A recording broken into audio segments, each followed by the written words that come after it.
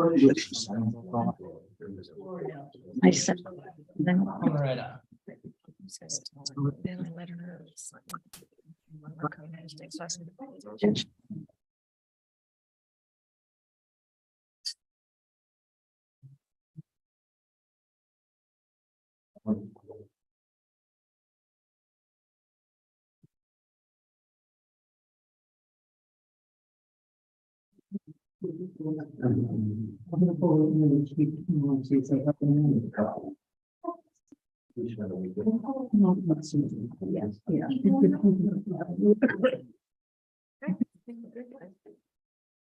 All right, good evening, everyone. Welcome to the February 15th, 2023 meeting.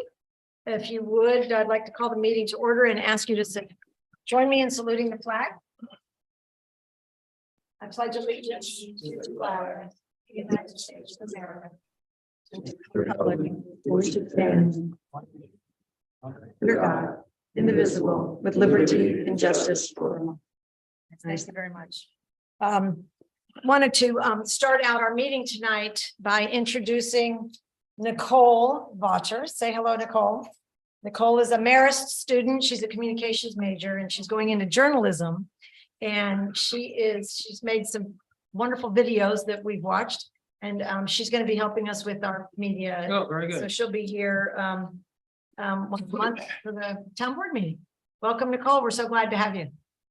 So which will help a lot. One correction to the agenda. I wanted to make sure everybody knew that Virgil Capillari, we had tentatively on the earlier, and then we put Virgil into March because he had a couple of conflicts and it came up last minute. So I said, let's just make it March. We'll have a lot more time to prepare what questions we might want to have for our new director of Veterans Affairs from the district.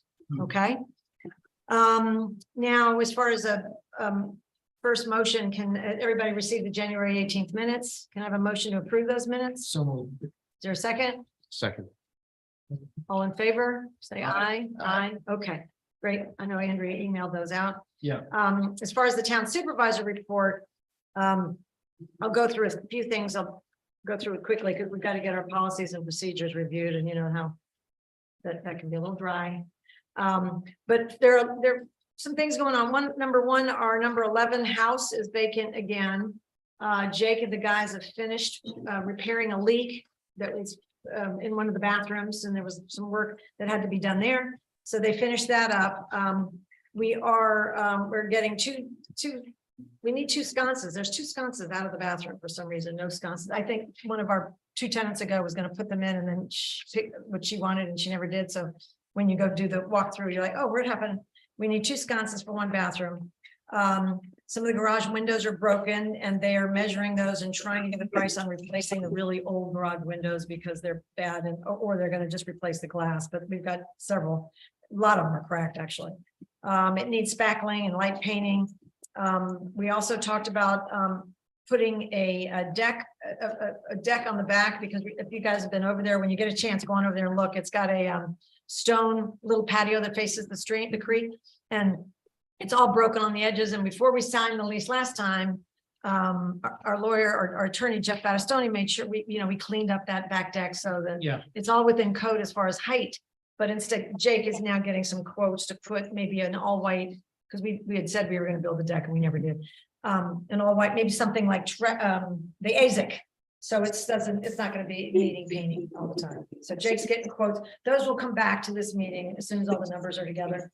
And then the other thing that Jeff Battistoni may remember, the last tenants wanted to get in so fast, we made them lock the door. I don't even know if we gave them a key to the living room.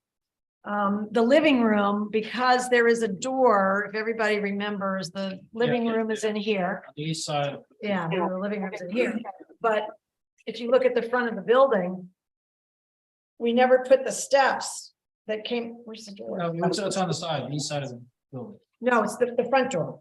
There's a Oh, door step. here. I don't know which one of these is a door. Right but there. It is a door. Oh, there it is. There it is, right there. Yeah. Okay. That, but there's no, this, because there used to be a porch here. Right, years You ago. walk out here and you could fall 25 inches. So Okay. I talked to Perry about the other day and Jake and some other guys, anybody that has a connection, it's a 25-inch drop. And I know George is it's got to be to code, and we thought we'd get 2 stones. 3 steps. Yeah, maybe get some. You'll need a railing, it's 3 steps, I think, too, right?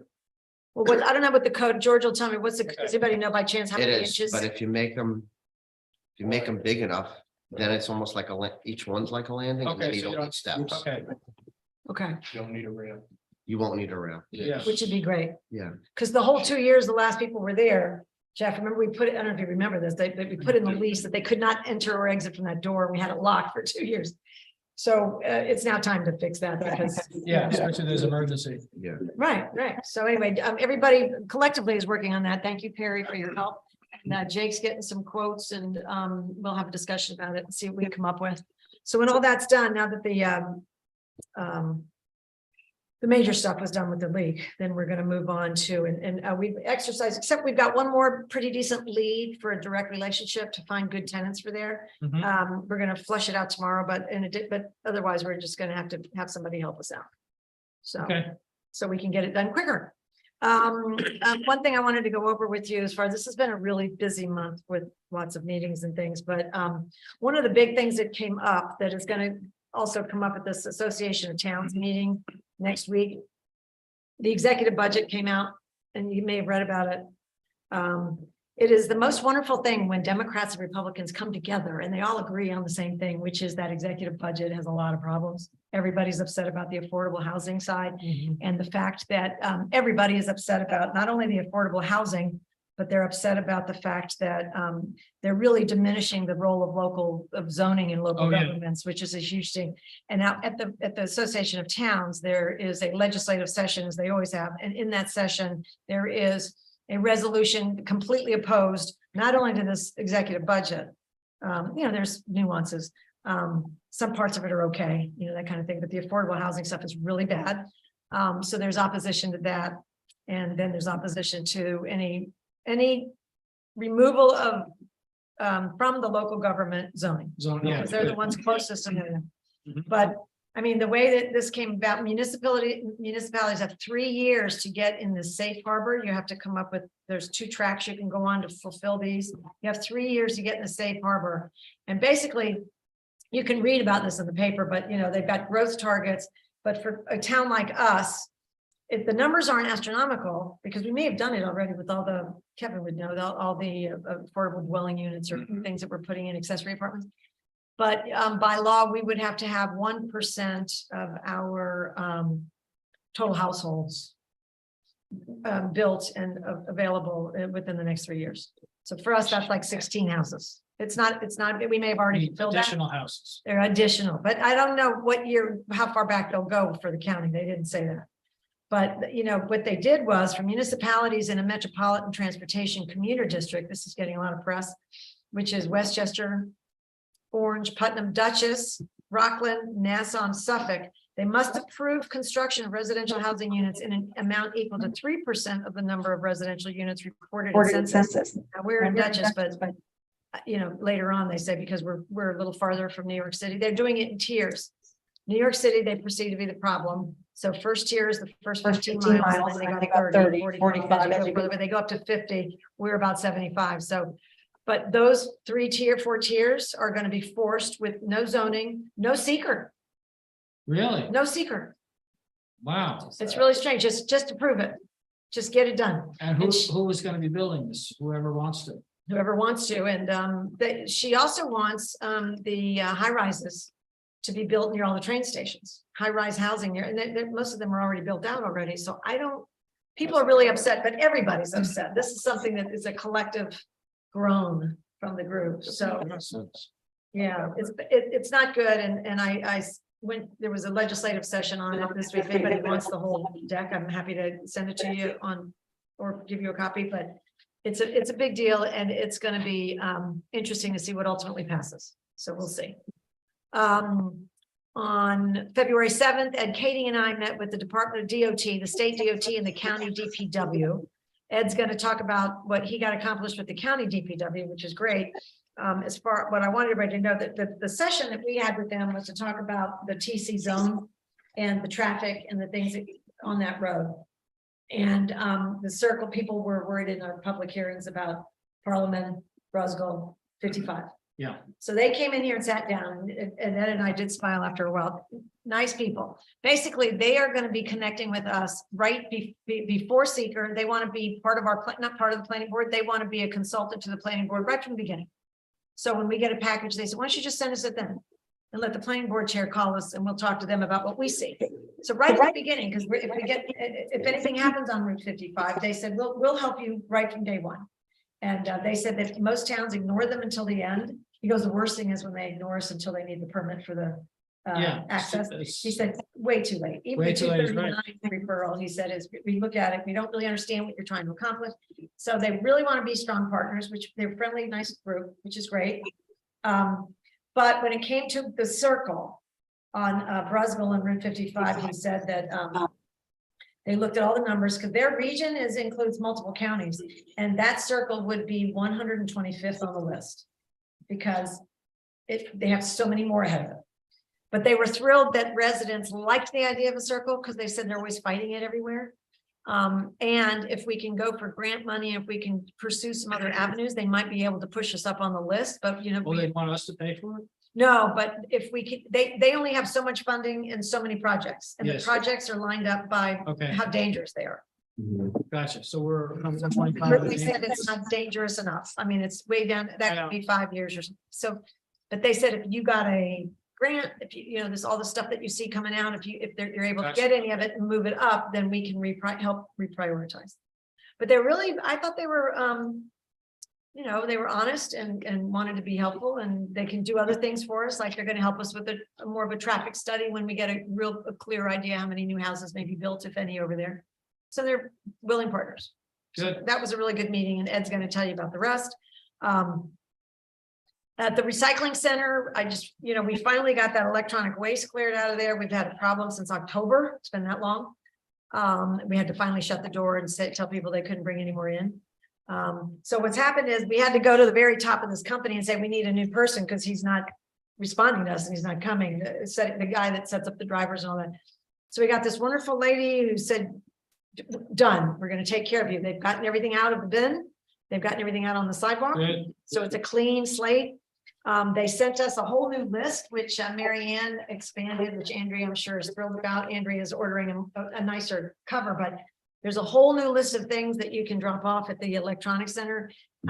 Anything like a microwave will go in our metal bin. So we have to hang this, so people have to be aware. Yeah, There is a DEC, a big DEC change, and I think that our some things we're not going to charge for, and we won't get charged for them to take them away. We're still trying to iron out what that is because the DEC is mandated. But you know what they're doing? They're pushing back a lot of this stuff, this electronic stuff. If you guys want to see it, but a lot of this electronic stuff, they are pushing to the manufacturers. Have you read about that in the paper? Like if they collect a bunch of iPhones, they're going back to Apple. Oh, yes. So almost anything, all the Sony TVs that they're collecting from us, they're trying to send them all back. And they've got it worked out with the manufacturers that these things they're going to be in charge of bringing them in. So therefore we shouldn't get charged to remove them because the manufacturers are now going to be in charge of them. We won't have to charge customers either. So I don't have the final list yet, but we cannot charge them because when they pick it up, they won't charge us. But that's why the list has to be very specific. So people were throwing microwaves and stuff, and all the metal goes in the metal bin, and we get paid for that. So this will be there. A lot of stuff's expensive to get rid of, you know, Yeah. the electronic stuff. Yeah, people were calling during that time when we couldn't get them to come. So anyway, that's good news for us. And now she promises they're going to come every other week, regardless of how many pallets we have of stuff. So we finally have a good situation there. It just took, months. Let's see, on February 4th, on a Saturday morning, there was a training session here with Nan Stoltenberg, our town planner. It was attended by the planning board, the zoning board, the CAC, and town board members. And I think all the reports were very good. Everybody thought they got a lot out of it and that she was excellent. So that was worthwhile. We'll probably have her come to another one as a follow-up. And we still have a couple of questions to get answered. I was going to send some material out to people who apparently didn't see it. I have to do that. Also in 2023, we've had a change in recreation, meaning we're trying to plan and be proactive about a bunch of things. And Maggie Collins, Jake Gosnell, you all know. Maggie, you might not know, because she's kind of in the background, but, in the group, Stephanie Doherty, the team down there, we've been planning some great new things and I want everybody to be aware of them. There's going to be a, Time War Trail series that you guys all know about of runs. They're working on a bike run that we're going to work. Councilman Derlin's going to help with. There's going to be a gardening club for kids so that they can come multiple times. On June 2nd, Maggie's already organized music in the park. So all three of the Arlington jazz bands will be here on June 2nd. So there's a lot of fun stuff that's being planned. Community night, the tailgating at town is on June 23rd. And we're going to do this a little bit differently this year. We're going to have a lot of our departments there for an hour, hour and a half, and then they can stay for the fireworks and have fun. So we'll talk about that again. But anyway, the team is really working hard on some new stuff and Jake will fill us in on more. As far as financials, we're still getting reports, we're still a little behind on some of the reports because Danielle's not here and Laura's doing her best to get all the numbers in. But we are, interestingly enough, because we haven't taken the tax money out, I'm going to tell you this anyway, we're 190% of our goal in January, but it's the tax money, but we're still over our goal and we're at 88% of our expenses from a cash flow perspective. And we have, at this point, we've collected up to 40% of the outstanding tax obligations. But what we've learned is 650,000 of that is school taxes, which is a tough thing to pay late because their fees are so high. But 650,000 of what we have to collect is going to go to them, interestingly enough. So, but right now we're at 40%. Things are going strong. Good. Although we had a night collection tonight, and nobody came in, so maybe 8K will do it again later. All right, and that is all I have for financial reports.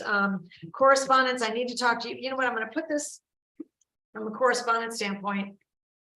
It turns out that we are now required, and this is something I'll talk to our attorney about, but we have to post in outdoor and public in our parks. You're not supposed to be able to smoke pot there or smoke. We don't see people smoking in the park very often, I don't think. But anyway, we are now, it says that we are, the public health law says if we have to, we're required to post signs where smoking is restricted. I thought they were automatically restricted in all municipal parks. So we want to look into that a little bit. But they said you have to say things like even vaping. I mean, anything, you have to put a sign somewhere. So we're going to talk about that at the work session. All right. All right. So I think that's enough for me.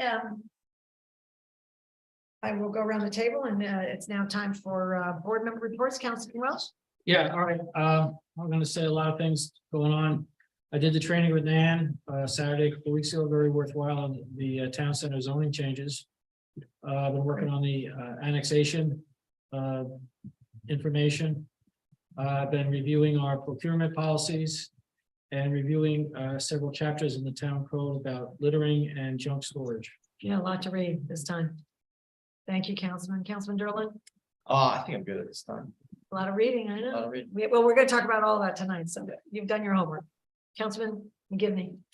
Yes, as John stated, we've been doing a lot of review and reading. I also see on the agenda here for the volunteer firefighter and an ambulance workers real estate tax partial exemption.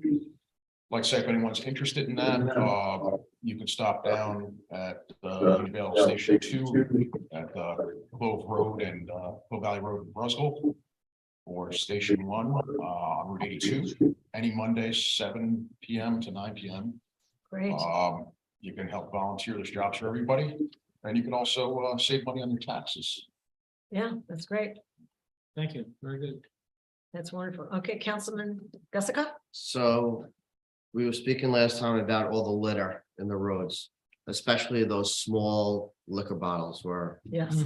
a real nuisance to a lot of people. So I had a couple of meetings with mostly with the liquor store owner, 82 and 55, where I know he sells to particular people a lot of this, one shot or whatever. They're real big connoisseurs of liquor. 1 ounce bottles. So I asked him he said he's definitely does not want to be part of the littering. So he said he would post a sign. I said a sign wouldn't do.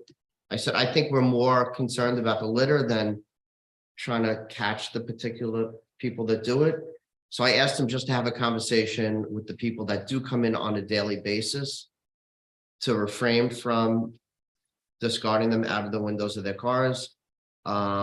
He said it would help out a lot if somebody could come to myself or to him and have the particular liquor of what the bottle is, because there's a trail of this. It's a pattern. And he would know who to go to and say, listen, please, it's not right for our town. He doesn't approve of this, so he's definitely looking to be proactive That's about it. nice. That's great. So, yeah, it's not hurting his business, but he just wants to make it apparent to them that it's a nuisance to a lot of people.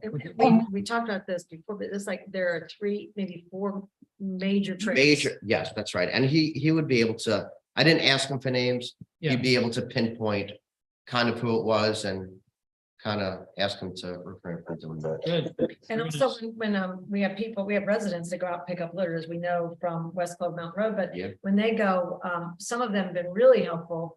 And is that they're taking pictures and sending them back. So I do have some pictures of the liquor Okay, bottles. good. So, and what street it came from. Yes, That kind of exactly. thing. So that'll help. Yeah. We did this last time and it worked. So that's Mhm. really terrific that he's willing to do that. And one other thing, totally different topic. I don't know where we're at with the salt shed. If we feel that it's able to withstand the test of time. But I just in driving by, I drove by Somers. Somers put a new salt shed up, pretty new. Mhm. And it doesn't look like it's a real permanent building. I think it would be something that would be somewhat more affordable. When we were talking about LaGrange's salt shed, it was nothing like that. It was made with blocks. It was nothing permanent, but definitely contained the salt, kept it dry, kept the element out. So it's something. What's that? Was it a hoop? It is a hoop building. Okay. But it looks like Yeah. it does the job. So if Right. it's something in the future, I know a couple of people that know them Mhm. down there. Yeah. We could reach out to them just to get some numbers on it and Sure. figure out what that is. That's what town of Washington has the same. Oh, they do? Yeah. Okay, Yeah, I just would be concerned on the characteristic of what we have down there. Going from what almost looks like a barn in a country setting hmm to. that's right, you're right, More of a commercial right. type building. yeah, And, I think if we're talking about the same type of building, probably, that, the covering, the tarp, if you will. The life expectancy of those is between, 15 and 20 years, hmm where, a regular building would be, 30 to 40. sure, years. sure. But I guess it depends on the cost of. Yeah, absolutely. So that's probably on your agenda tonight, I would think. So maybe we start working on, Yeah, I just need somebody to tell me which direction you want me to go, and I'll go that way. So, we're stable for now. So it's one of those things we have to work on yeah, for now, for now. Okay, I think that maybe a work session. I'll stop that. Yeah. that would be Five great. of us can talk. Yeah, I need some time to explore. Thank you very much. That's great. And you're reminding me that we had talked about, and anybody interested, we were going to take a recycling center tour at a couple of recycling centers outside of the area. Yeah, I know Councilman Welsh is interested. We're interested. Anybody else wants to go? Anyway, it's worth looking at because, we're gonna have to redesign that a little bit. Mhm. Wonderful. Thank you, gentlemen. Town highway superintendent. Okay, so thankfully, we haven't had a terrible winter, but we have had a few ice storms. No major issues that I'm aware of. So aside from that, the crew has been out patrolling and fixing potholes, which are this time of year. That's kind of what we're doing. We're doing a survey around to identify the trees that need removing. I'm getting quite a few calls on that. Unfortunately, a lot of the calls that I'm getting, people are requesting us to take trees down or in the utility lines. We just can't do it. That's more of a utility company thing. I have reached out to Central Hudson a few times to try to get them to get on it.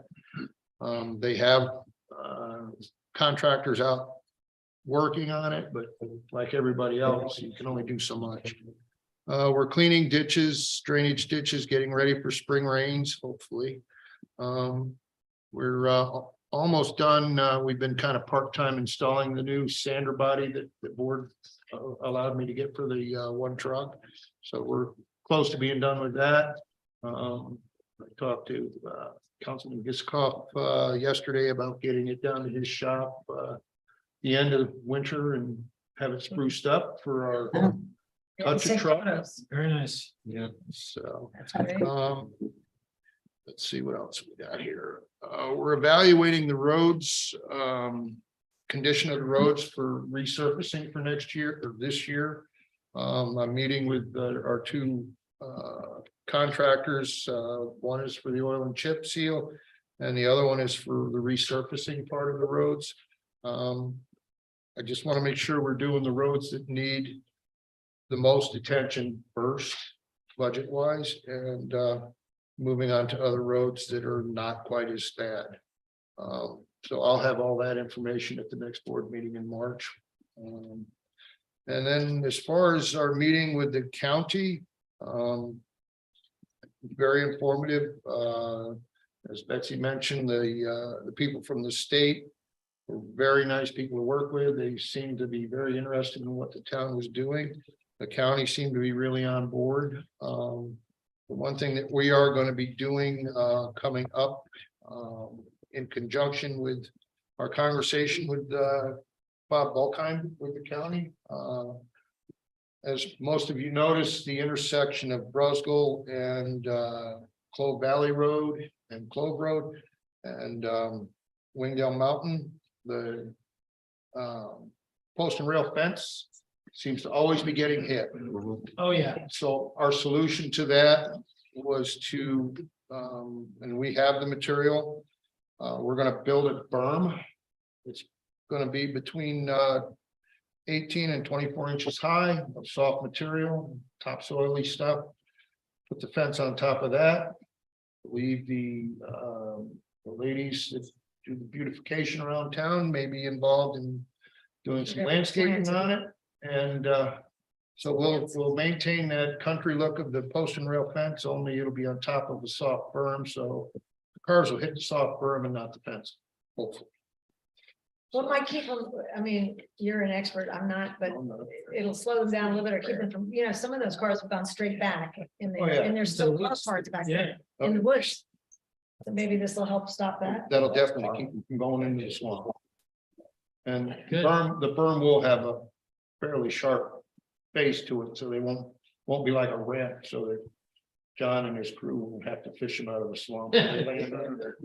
Very At good. least you can walk over. Yeah. And Bob Balkind, Ed drew up what his plan was. Bob approved it immediately, like Right. that night, as soon as he saw the drawing. He approved it. We're gonna go ahead and do it because it'll take them a year to get there, whatever. So we're gonna go ahead and do it for safety reasons. And then for the spring, we'll get some people on the CAC and others that are interested in planting there. Carlos told me no. I asked him. He doesn't want to plant? He said, not there. I'm not, he goes, I'm just doing Okay. one little area. But he might help us water it every now and then. Oh, yeah. Because he's kind. But anyway, so they're gonna try to make it better and hopefully that'll keep them out of the swamp and we'll be in good shape. Good work. Thanks, Ed. Would you explore, I didn't cover North Clove. Do you mind talking about what the county said about North Clove Road? The intersection of North Clove and 82. Yes, the rental property. Okay, so apparently the town has acquired that little wedge of the rental property on North Clove Road and Route 82. The tentative plan seems to be that the intersection pretty much stays as is. The big difference is going to be that the green, that entrance to the green will be blocked off. So the folks that live on the green will have to get onto the green via Camden Road. So there'll be a cul-de-sac now where the entrance for the green is. That will turn into a cul-de-sac, so the green will turn into like a no exit road, I guess. Yes. So, and then if he's gonna take North Clove You just turn it. and go like this and take a corner of that property off, which is why we took the property. Because we knew that the owner wouldn't want to do Yeah. that. He's gonna take a chunk, not chunk, I mean, he's gonna take the corner off, so he can widen North Clove and on the green will be blocked. Right. So what was interesting, Well, we mentioned that. They do that now, they go through the church parking lot. Well, we talked about that at our meeting, and it not, the worst case scenario is somebody's gonna have to put a nice little country gate there, but it's. According to Bob Balkine, this is not even starting before 2024, was it? 25, they'll do the drawings and design in 24, the 24, work in 25. the approval is 25, the construction is 26.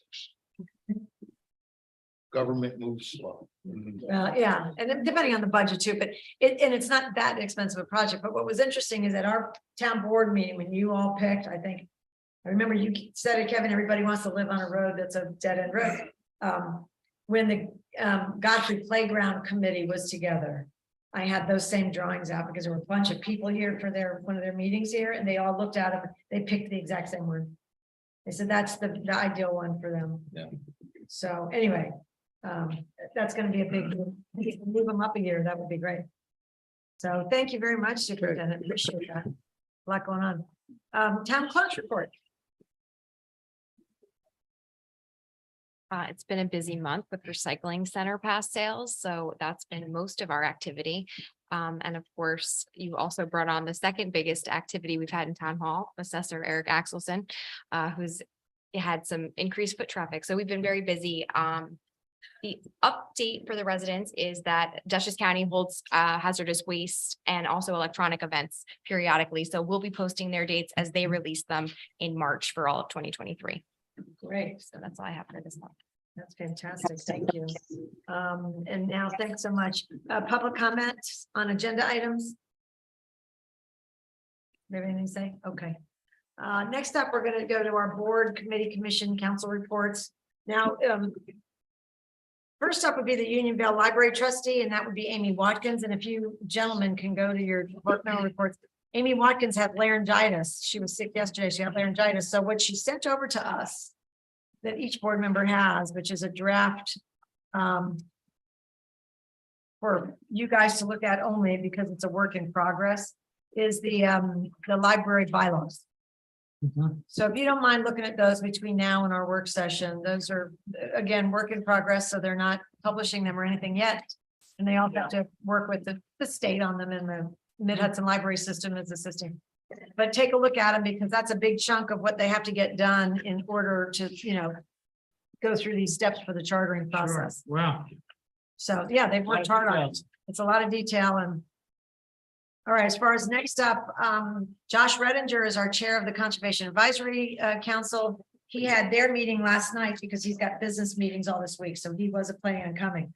But I will tell you that he and I met on Monday also with regard to Nan's work and the TC zone. One of the things we did was go back and study the master plan. And, those conservation subdivisions and things, a lot of the stuff that was put into that was in keeping with the master plan and what the town sees itself as, which is more rural. So, as Anita, there's certain people that worked 20 years ago on the master plan. They really, she and I've talked about this, and Lolita Malik and other people. There are overlay districts that were in the master plan and that are in our town code that were never done.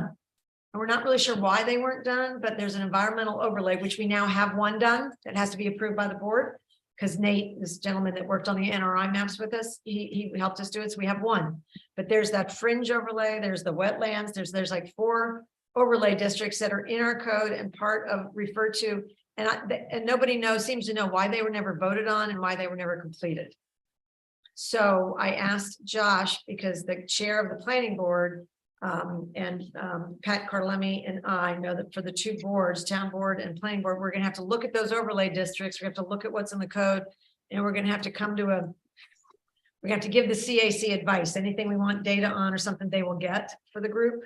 But we would like to get those overlay districts finalized. Some of them you may not want. One of them says, for example, if there's a wetland on the property, whatever the setbacks are for the zone, we just redid the TC zone. So I'm sure we wanted to, whatever the setbacks are, you got to double them. That kind of thing. So we have to review them, and since they're in there, and we have to, and they're willing to help us. So the CAC, that's going to be one of their important projects they work on. So we get closure on the stuff that's been hanging out for a while. So that the CAC is going to help us with a lot of stuff. Departmental reports. First up would be Eric Axelson, our tax assessor from Union Valley. You want to come right up here, Eric? Come join us and thank you, Kevin. Have a seat. Thank you. Thank you for having me. I was asked to speak a little bit about the postcards everybody got in the mail. The back row there has one in their possession. Yeah. For me, this is something I've been dealing with for years and years, so I understand it. So if I don't give enough detail, let me know. If I give too much detail, I'll see your eyes roll into the back. Move along. But a little bit of background is, for years, the law required a statement on your tax bill that says that person over 65 who meets the criteria may be entitled to a senior's exemption. Late in Dutchess County, that statement has always appeared on the back of the tax bill. You probably didn't read it. Most people don't. Late in December of 22, the governor signed an amendment into law that required that another statement be mailed a minimum of 30 days prior to the last date for applying for exemptions, which of course is March 1st, which makes the mailing date the end of January. So now we're talking about the law is signed into law in late December, and now everybody has to scramble and get something into the mail by the end of January. So very short time frame. Dutchess County contracted with an outfit called ABS Systems to provide a mailing for all the munis in the county. That resulted in the postcards that everybody got. I would say that they are probably most likely the least expensive way to comply with the law.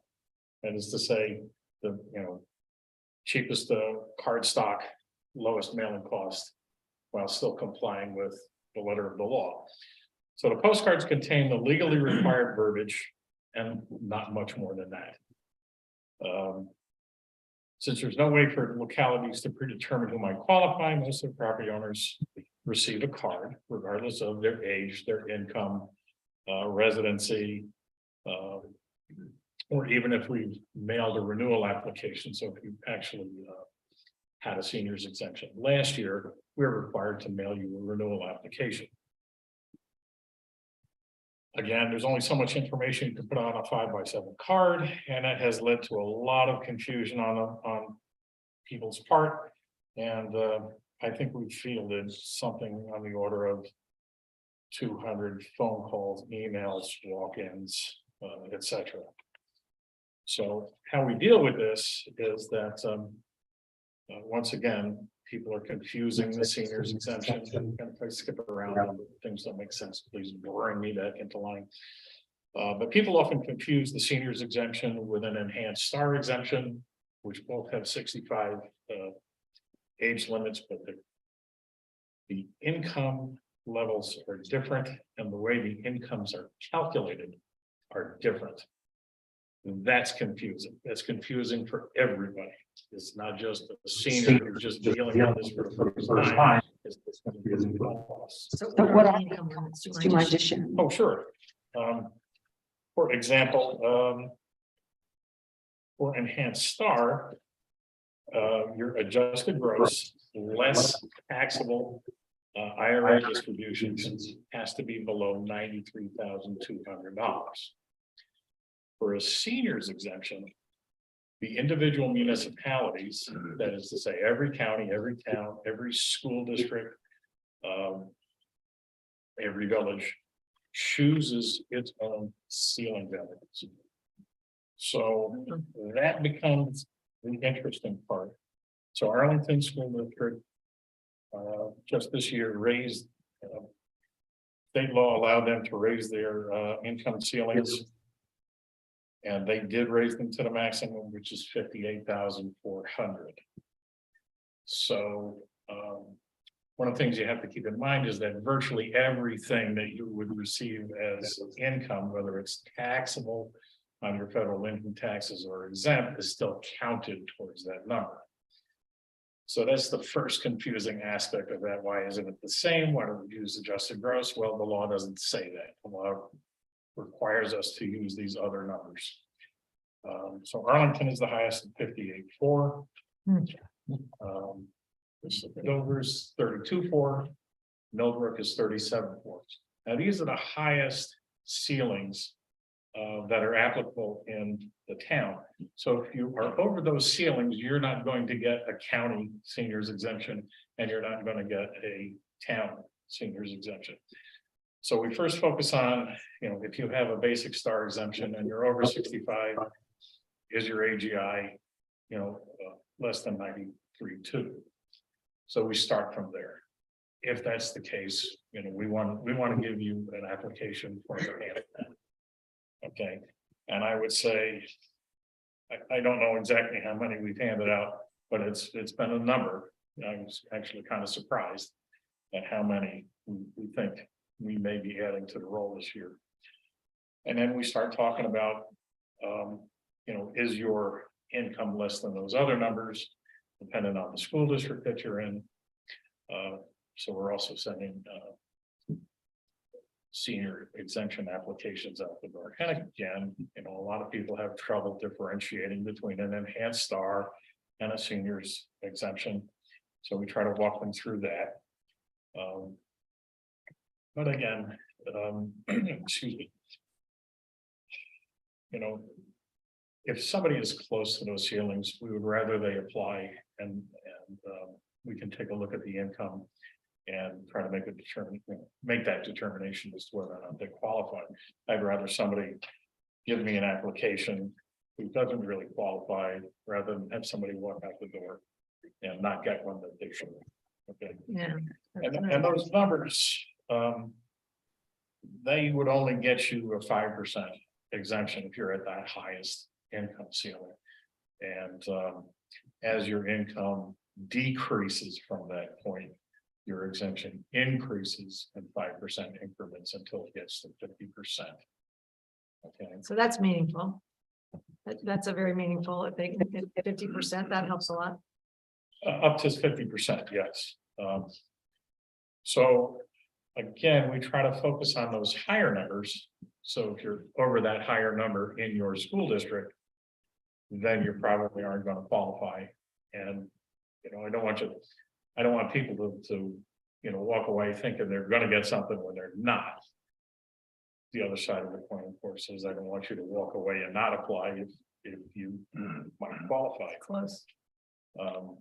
That's great. So again, just as an aside, the state had told us that they were going to send out mailings to basic star recipients who might qualify for senior exemptions, where they had checked against their income. Then the state law changed and said we have to mail the postcards. So the state didn't mail anything. So it's always cheaper if you can get somebody else to spend their That's how money. the state works. It's another unfunded mandate for the town. It really is. And this law says that the cards go out every year. From now on, and we have to mail them to every household. Or every taxpayer, every The owner. law is actually very vague. Okay. What it says is that if you have residential property in your assessing unit, you have to mail these notifications. So it doesn't have to be a postcard, it could be a letter, but it doesn't say, oh, we can restrict it to people who don't already have senior exemptions. And it doesn't say we can restrict it only to residential properties. It So doesn't people are really mailing everybody. clarify. Right. Okay. From my perspective, with having such a short time to comply, I really didn't focus on, what criteria did they use? Or other than to say, okay, here's something that somebody else is going to do for me. Now, this year, the county ate the cost of the setup. Well, they're probably going to charge us back, don't you think? I would guess that if they do it again next year, that there'll be a chargeback for it. Okay. I mean, I think it's a new budget item, is basically what it is for us. Um, But the county did say they might do it again for us next year, so we're still not sure, but even if they did, we'll pay for it. we're not sure where it's going. Yeah, Again, if I were doing it, I'd have a little bit more information. I'd probably want to put it on, on a letter. To try to be a little bit more informative. But once again, if your objective is to get it out the door and simply comply with the law, that was what happened. but caused a lot of phone calls, so, Lots of phone calls. And I have to say, there's a couple of people who've been kind of upset. Why are you mailing me this? Or if I'm 65, why don't I just get it? Well, Right. it's income based. And then we had somebody today who was upset because don't you know my property is worth X and that I can afford whatever and my income is going, no, we don't. We don't know what your income is until you tell us. right, So, Tax return and everything, it would be linked, the state tax return, I think they would be able to. well, here's the problem with that. Okay, the state does check. Once you qualified for an enhanced start, your first application comes through us. Once you do that, the state does check your income because it's a state-run program and it's always against your adjusted gross, less taxable IRA distributions. But for the individual municipalities, you're talking 57 counties plus New York City plus 1,000 towns plus I think. Is it 3,000 school districts or I don't know how many school districts, but when yeah, you talk about the tremendous number of ceilings that exist statewide, the state basically said we can't do that. We would have to keep track of what everybody's change in their ceilings are from one year to the next. Okay. So we okay, do it. we ain't doing it. yeah, Going down that road a little bit, I believe the county is actually going to be increasing their ceilings for next year, which would be the impact for 2025 taxes. So kind of think we'll be doing this all over again when those ceilings increase again. just to keep them confused. They do a good job of it. Yeah, they do, but thank you very much, thanks for being here, So Yeah, certainly no problem. thanks for explaining it. yeah, Okay, if you have any questions, certainly you can send me an email or give me a call and we'll do our best. so, Eric Axelson was the county, you ran the real property tax. I was, the director of real property tax services, So from we're- 2010 to 2009. So we're very lucky to have you here. We're very glad you're here. So if you want to give these, it's on the website too. Okay, Yeah, send it definitely. to assessor 2 and Union Yeah. and US. Thanks so much. We Okay. appreciate it. All right, we'll see you again. Thank you. More hot topics to come. Yeah, can you imagine 200 phone calls? Been really busy. Okay. Typical state move. Yeah, just push it down to the towns. All right, now, next up is Parks. Mr. Gosnell, can you join us? And then after he gives his report, then we'll kind of go around and do the others. Hey. Hello there. How's it going? Hey, buddy. We have really lucked out this month and it's been absolutely gorgeous out, especially the last like 2 weeks. It's been pretty awesome. We've taken advantage of that. So Betsy mentioned our trail series. We're going to be putting on, a series of trail races throughout the park. They'll kind of be seasonal. So we'll have one a season, which is really cool. So, we're taking this time to really dive into some trail work, kind of bring things back, which is awesome to have some time to do that in the middle of the winter. Another thing that we kind of, had been thinking about is we have a disc golf course on the other side of the creek and, down in the park, and a lot of people play it, but we were, kind of didn't think maybe it was up to snuff. So we did some research on our own, and we asked somebody who is a local guy who plays it, and he kind of gave us some tips and some pointers. And so while part of the team has been out doing trail work, Tom St. Ange has put in a lot of work on the disc golf course. On the other, on the other side of the creek, and I was out this evening in the park doing some stuff, and I ran into two guys. And they actually have to be residents, and they were really excited about the improvements, which is cool. It's a really nice thing. You know, we have these things, so I think we should make them as best as we can with, you know, what we have. So that's really exciting. And I wanted to say thank you to Adam Babbitt, who is, you know, a very nice local guy who's very excited and very eager to help. So, you know, it's always We're nice. gonna end up with a disc golf team at some point. They're very excited. So That's nice. I would just, maybe, we'll see. That's great. So that's really cool. And it's nice to get some positive feedback on it, which is great.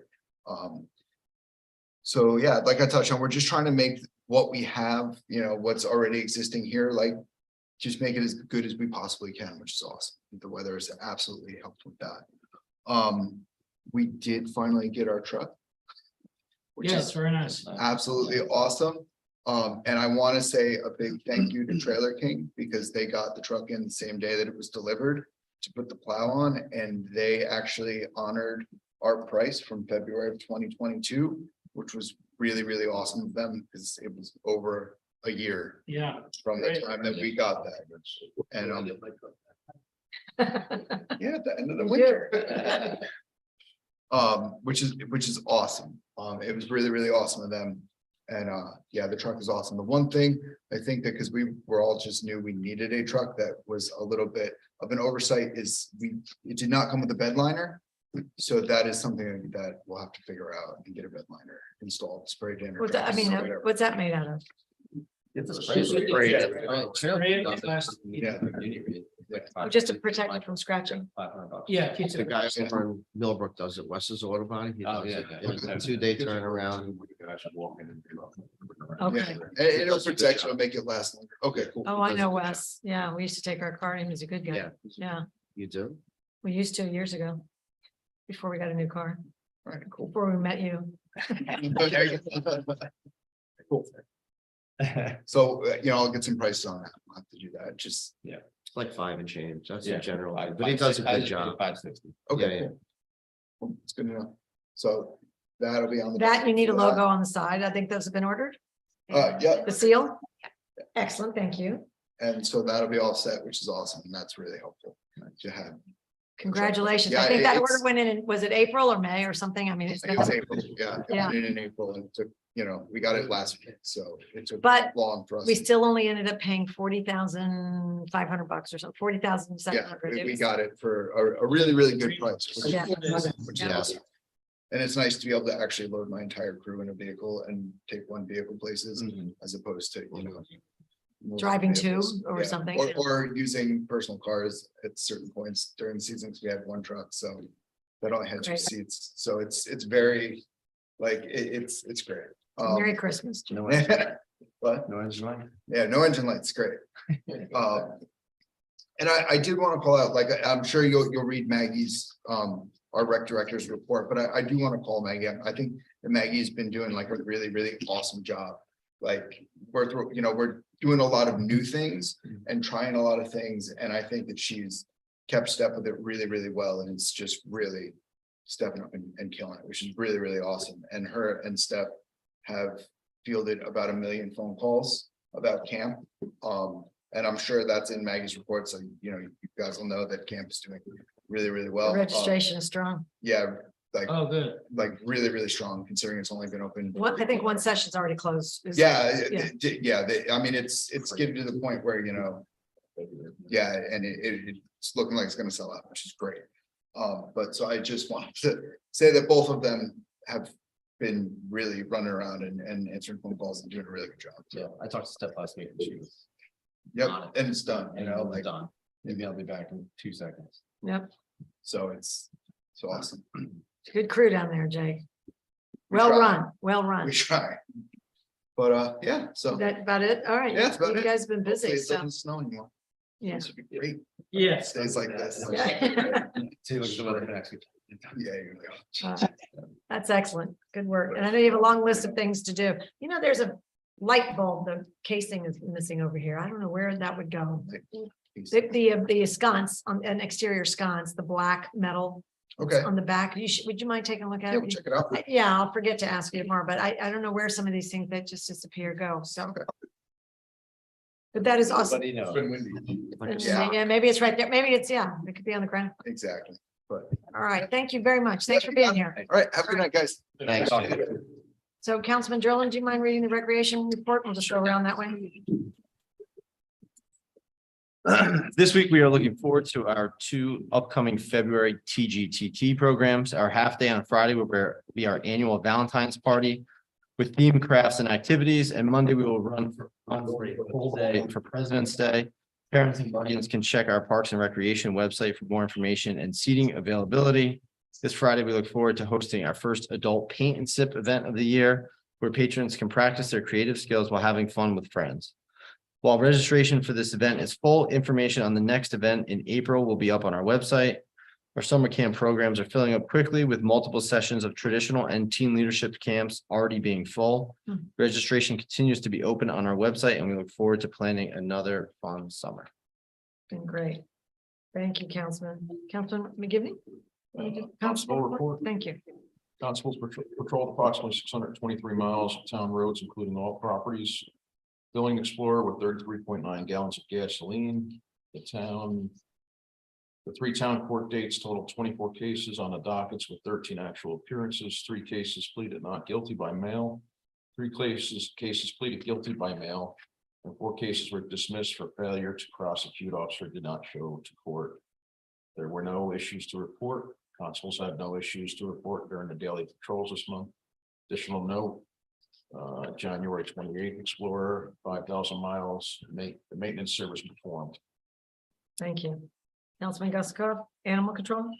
2002 December animal control report during the month of December 2002. 2023. That's 2022. Yeah. Sorry. And then. There go were for no it. lost dogs, and there was 1 dog complaint. It's the whole report. You could do the next one. Want to do January? Sure. It's a big chunk there. Yeah, you go. January 2023 animal control report. During the month of January 2023, there were no lost or found dogs. There were 3 animal complaints and 1 call for assistance from the Putnam County SPCA.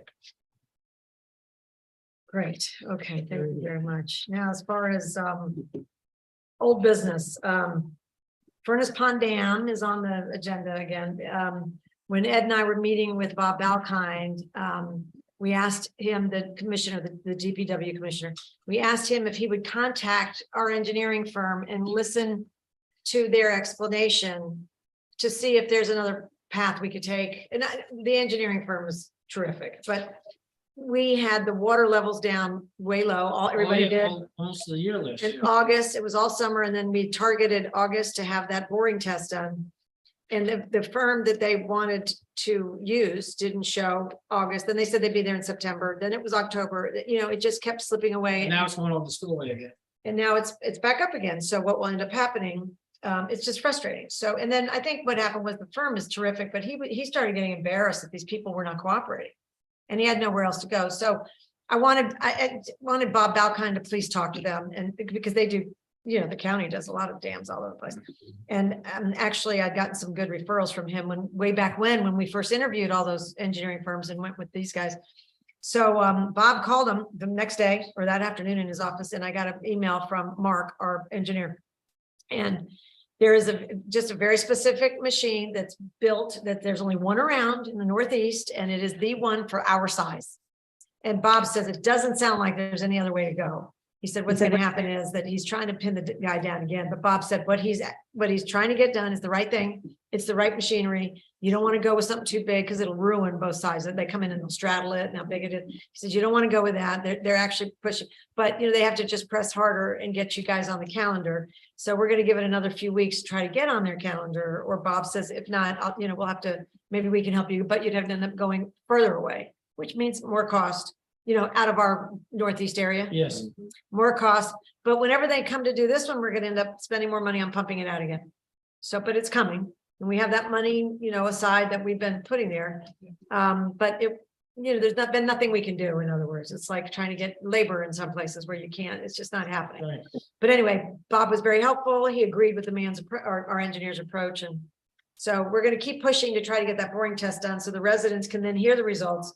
And we can talk about what happens next. All right, we just want to get the information.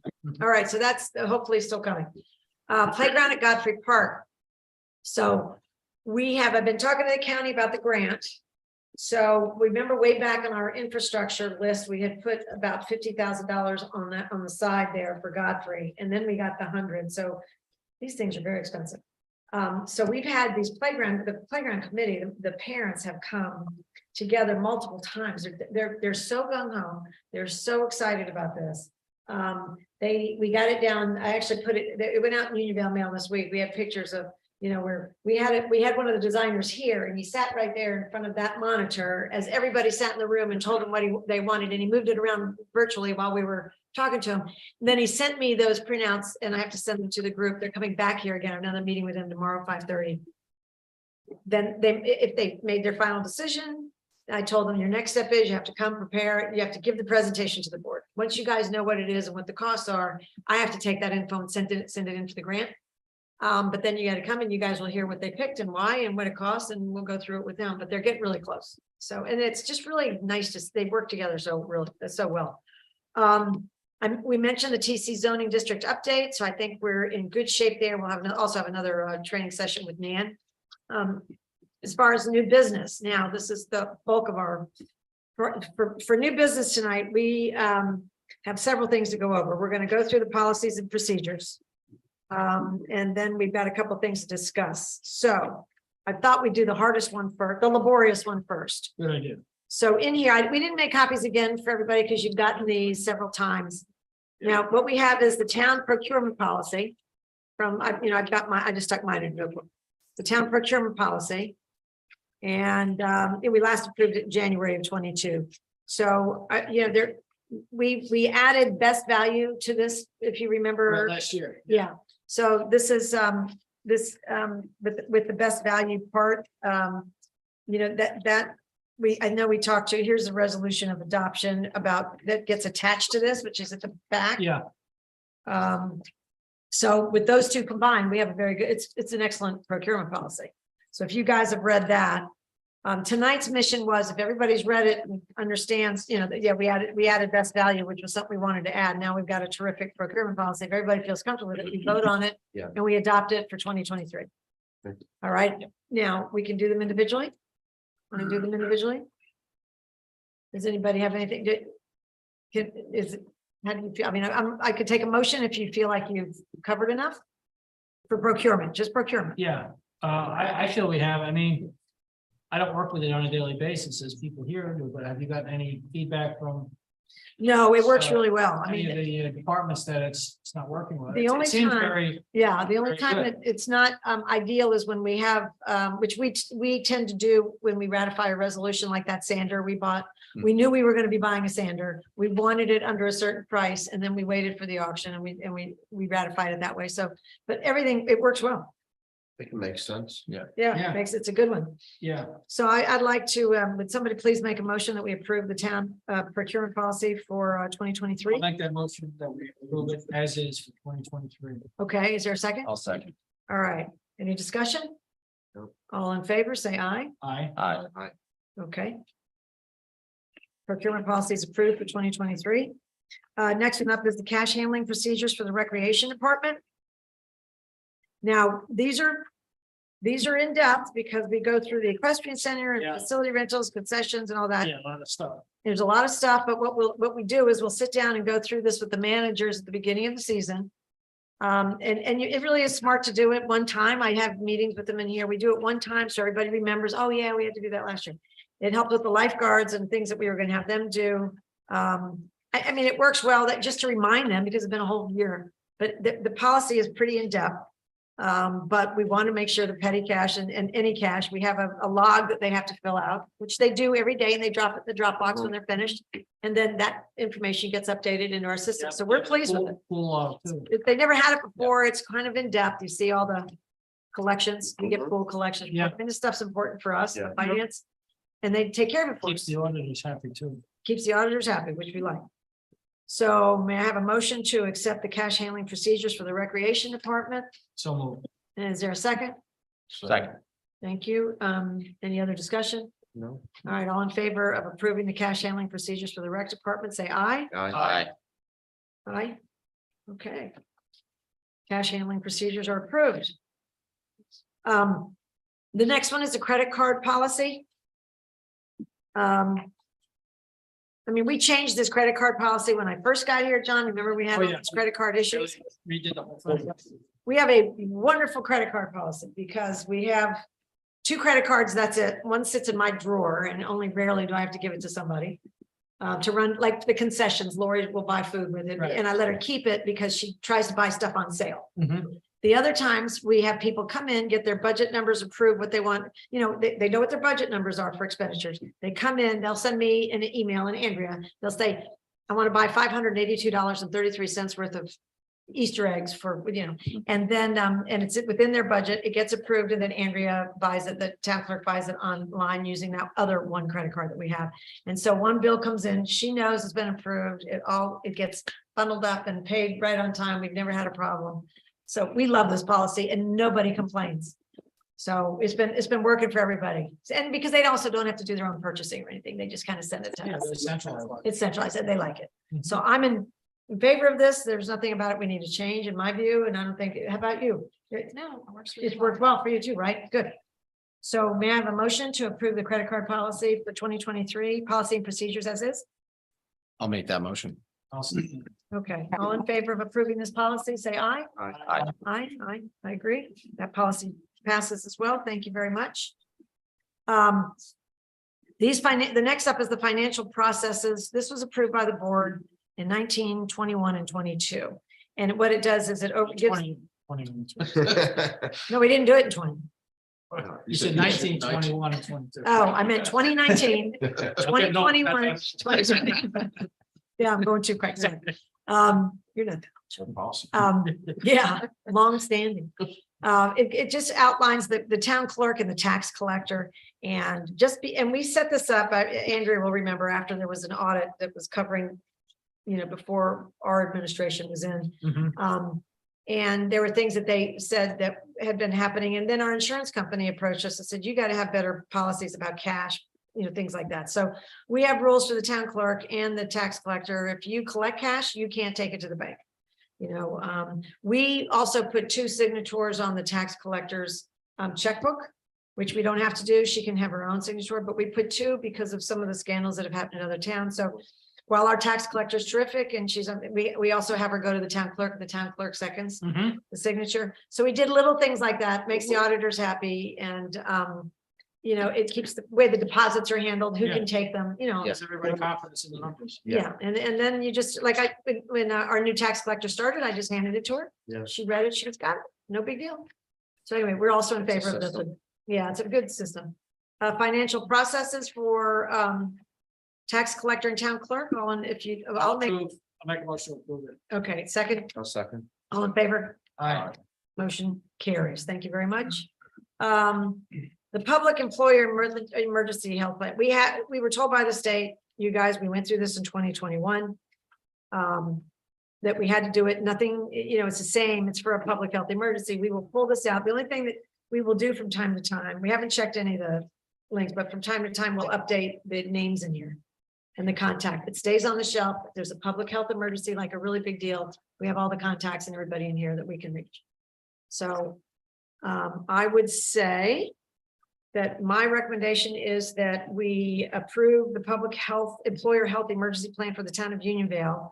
Last approved in 2021, we approved it with the understanding that all of the names will be updated because I noticed Kathy Wellman, so with the understanding that all the new names will be in. Yeah, And it will stand on the shelf like this one. Is there a second? I'll second. All right, all in favor? Aye. All right, no one's opposed. Public health emergency. It looks like only Kathy Wellman's name needs to be Yeah, changed. but it's good to, Oh, yeah. Oh, you're right. Kevin pointed out our assessor also needs to be updated. it's a good source for information when something else comes up too, so people will want it. Mhm. All right, so we will make those changes and give you a copy and put it on the shelf. All right, and I believe the only other one that I think that we should not talk about, thank goodness, is the internet and email and social media policy. Because I have a long conference call scheduled tomorrow with our IT company because we've been a little unhappy with them. Oh, wait a minute, we forgot the financial controls here. This is the other, these are the, sorry, I had about Financial controls, policies and procedures. for the town. These are the town's policies and procedures that we follow, and this is also very good. Voucher processing, authority to incur expenses, exceptions to the voucher process. We follow, we follow all these rules. I don't have a problem with this at all. But so this one is in good shape. So we have a motion. So move. Second, all in favor? Aye. Aye. All right, none opposed. That motion carries as well. The one I was going to say that we can wait on, I think we need to look at Internet this. policy. But no, the systems usage and security, cybersecurity, there's some things that have changed. I want our IT company to come look at this and tell us how it compares with what we're doing. And because in 2 years, things have changed. So I think what we'll do is if you don't mind, we'll talk about this next time. After I have this conference call with him and we get them to take a look at it. I mean, we're in a good place from that perspective because we have servers on site and we have offsite servers. So when everything gets downloaded, it's also being held somewhere else. So we've got a good backup, but there's a lot of stuff in here that needs to be updated and looked at. So let's see if they'll contribute something because we've hardly heard from them for the last 12 months. So this is a test for them. Next up is Town of Unionville summer staff, internet, email, and social media policy. And I don't believe this should change either. We looked at it last year and it is what is gone. It's what's reviewed with the staff during their training. And then they sign the back saying, and we put this in their file saying that they understand they're not allowed to go on social media. They can't take pictures of children in camp without the town can when we get authorization. Yeah. Kids walking around with a cell phone, they can't do that. They can't talk ugly about other people they work with and anything to do with Time War and the summer camp. So they've got some strict rules. It's a maturity thing for some of them, but they sign off on it as part of, they have to before they finish the hiring process, puts in their file. And this one works too. So I would suggest that I'll make a motion that we pass the summer staff, internet, email, and social media policy. Is there a second? I'll second that. All right, any discussion? No. All in favor? Aye. Any opposed? No, motion carries. This is also a very good one. Very good. Okay, and we'll come back about cybersecurity. I think we definitely need to look at that, make sure it's updated. Great, That's thank you. ever-changing. Yeah, it's just this 2 years, this thing's 3 years old. Okay, next up on our list is the employee handbook and retirees. This is when this happened, I remember in 2018, we had a big discussion with people about the retirees that were on the plan. And they weren't on an insurance plan, they were getting Medicare Part B. But there was a lot of discussion here about the insurance costs and how high they were and whether or not we should be carrying retirees. And of course, some of the people that were bringing up the discussion were people that had the, wonderful retirements from, they were tier 1 in the state and all that stuff. So, they were talking about our retirees. So there is a sentence in the town code, and I think we have a resolution tonight, just because when things change in this plan, we want to make sure we document it by resolution. Sure. And because the residents were concerned at that time, and we did point out to them, we could do the resolution now if you want to. Yeah. We did point out to them in those meetings, but you remember those things because it was important to people. We did point out to them in the meeting that the employee handbook changed the number of employees who were eligible for, not everybody was getting insurance. It was Right. only It's full-time restricted. electeds and Yeah. full-time employees. So that cut out people, and that was changed in 2016 or 17. I wasn't here for that, but I remember it happened, and I remember there's a resolution, and the handbook is consistent with that. Then I remember when I came in 18, there was the big discussion about retirees, and there is a sentence in the town code that says that every year during the budget process, if we have problems, that we could eliminate covering that retiree expense. I mean, it allows us to do it in the code. But we haven't done that. We haven't need to financially. So, but we had a change this year. So I'm bringing it up because to make sure, because both of these come under that one sentence that is, it's up to the town board. But with the passing of one of our retirees, it goes from 5 to 4. So we're noting all of this information in a resolution, and then we'll keep the people apprised if other things change. Okay. Okay, so Councilman Welsh, would you like to read resolution number 3? Yep. Town of Unionville, Town Board Resolution number 3-2023. confirmation of insurance plan participation and premium coverages for retirees. Whereas the town of Unionville's employee handbook, section 6.1, page 37, specifies that all full-time regular employees and all full-time elected officials, as defined by the town board, are entitled to health insurance coverage using the primary insurance carrier. And whereas the town of Unionville Town Code specifies that eligible retirees are entitled to receive post-retirement health benefits when other criteria are met, but the contribution that the town makes towards the premiums of eligible retirees is subject to change by the town board on a yearly basis. And whereas the town board of the town of Unionville previously determined that the full-time elected officials are the town supervisor, town highway superintendent, and town clerk, and the contribution made by the town towards the premiums of the 5 eligible retirees would be the same percentage as the full-time employees, or 100%. They are just taking Medicare Part B. And whereas in 2022, due to the unfortunate passing of one of our retirees, the number of eligible retirees has been reduced to 4. Now therefore, be it resolved that the town board of the town of Unionville has determined that the elected officials who are required to be full-time will have access to health insurance by virtue of their full-time status. And due to the town's healthy balance sheet, 4 eligible retirees will continue to have their Medicare Part B premiums paid in full until a new resolution is passed. Thank you, Councilman Welsh. Is there a second to that? I'll second that. All right, any discussion? All right, roll call vote, please. Councilman Derlin, Aye. Councilman Gussakoff. Aye. Councilman McGivney, Aye. Councilman Welsh. Aye. Supervisor Moss. Aye. Great. Okay, resolution number 3 passes and it's clear to people, which is really helpful. And that would be that. I think master fee schedule Oh, is yeah. our next challenge. Now. So I think you got, did you get a copy of the master? I think you did, the master fee. It says draft at the top and it's got some yellow highlights. Oh, you've got the one you were given initially. Yeah.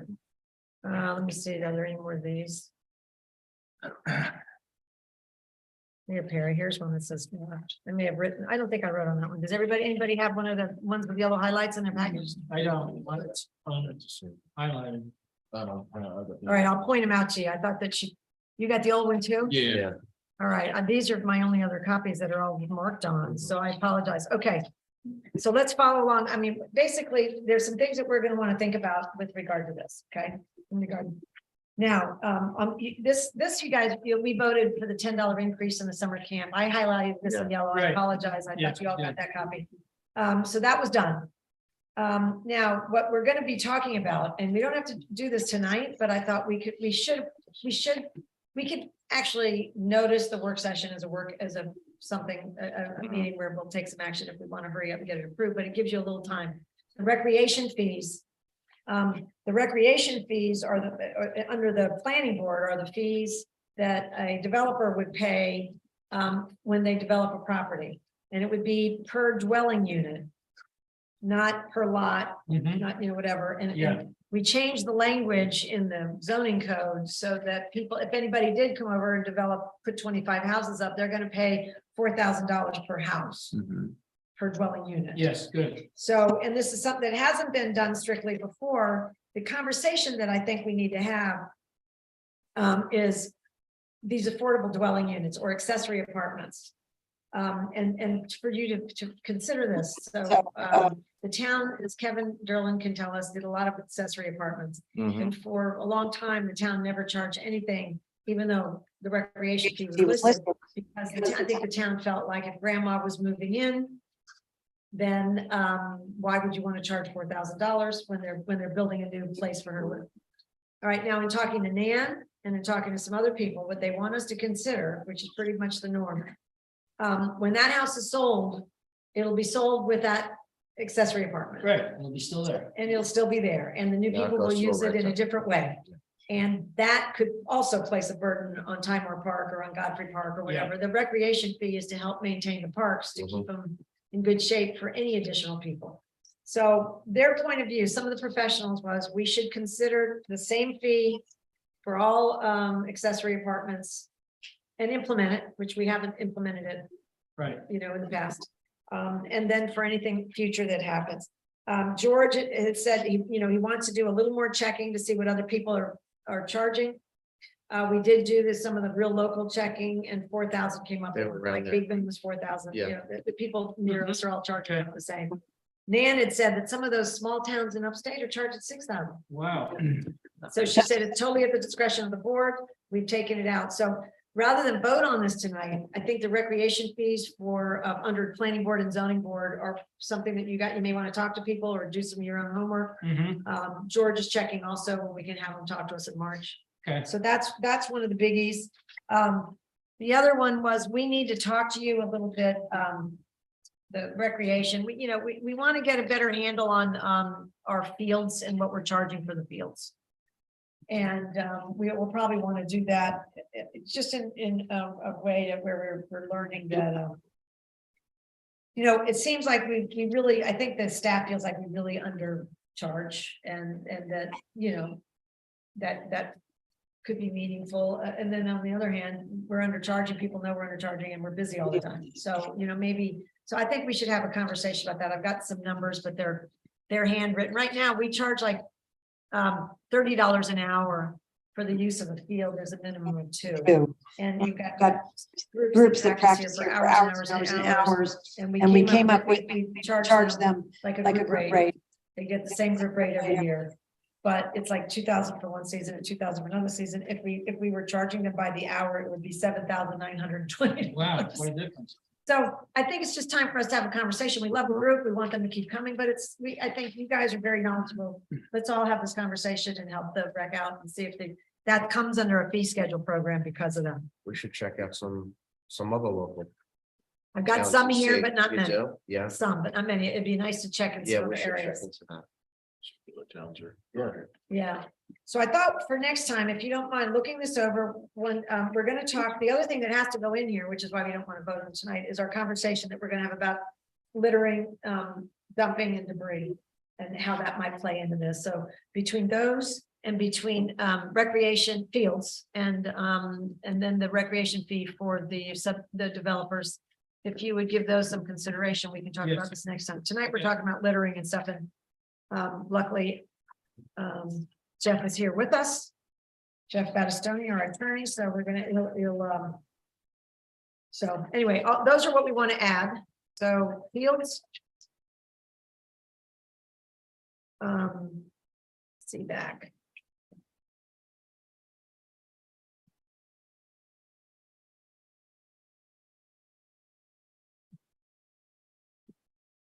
Great, okay.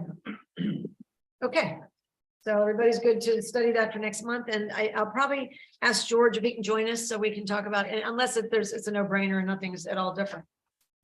It would be good to go through that with him and see if there's anything else we want to do with those rec fees for the developers, that is. Okay. So that'll be a March vote. Presumably we'll get all of our ducks in a row, and we might, the sooner we get a master fee schedule posted, the better. Okay, next up for new business and discussion is the volunteer firefighters and ambulance workers exemption. Now, if you go back to your resolutions, oh, I think if you have the resolution, there are some things highlighted in yellow on that. Did you see that? Yes. Okay, so I want to make sure that everybody's clear. Now, tonight we're gonna ask somebody to move that we have the public hearing in March. Because the one thing about this, you're required to have a public hearing. And but I want to make sure that after we have the public hearing, we could vote on this resolution. On the same night. Yeah, same night, because it's not controversial and stuff but there were details in here that we want to make sure we're on the same page with. Number one, March 15th, we'll have our normal 7:00 p.m. and Clerk Casey will post that for us. It will start at 7 like we do our town our public hearing. Want to make sure the law says that you can go up to 10%. I think when we've discussed this amongst ourselves or at other previous meetings, we agree with the 10%. So some of the things that are highlighted here are just some of the options.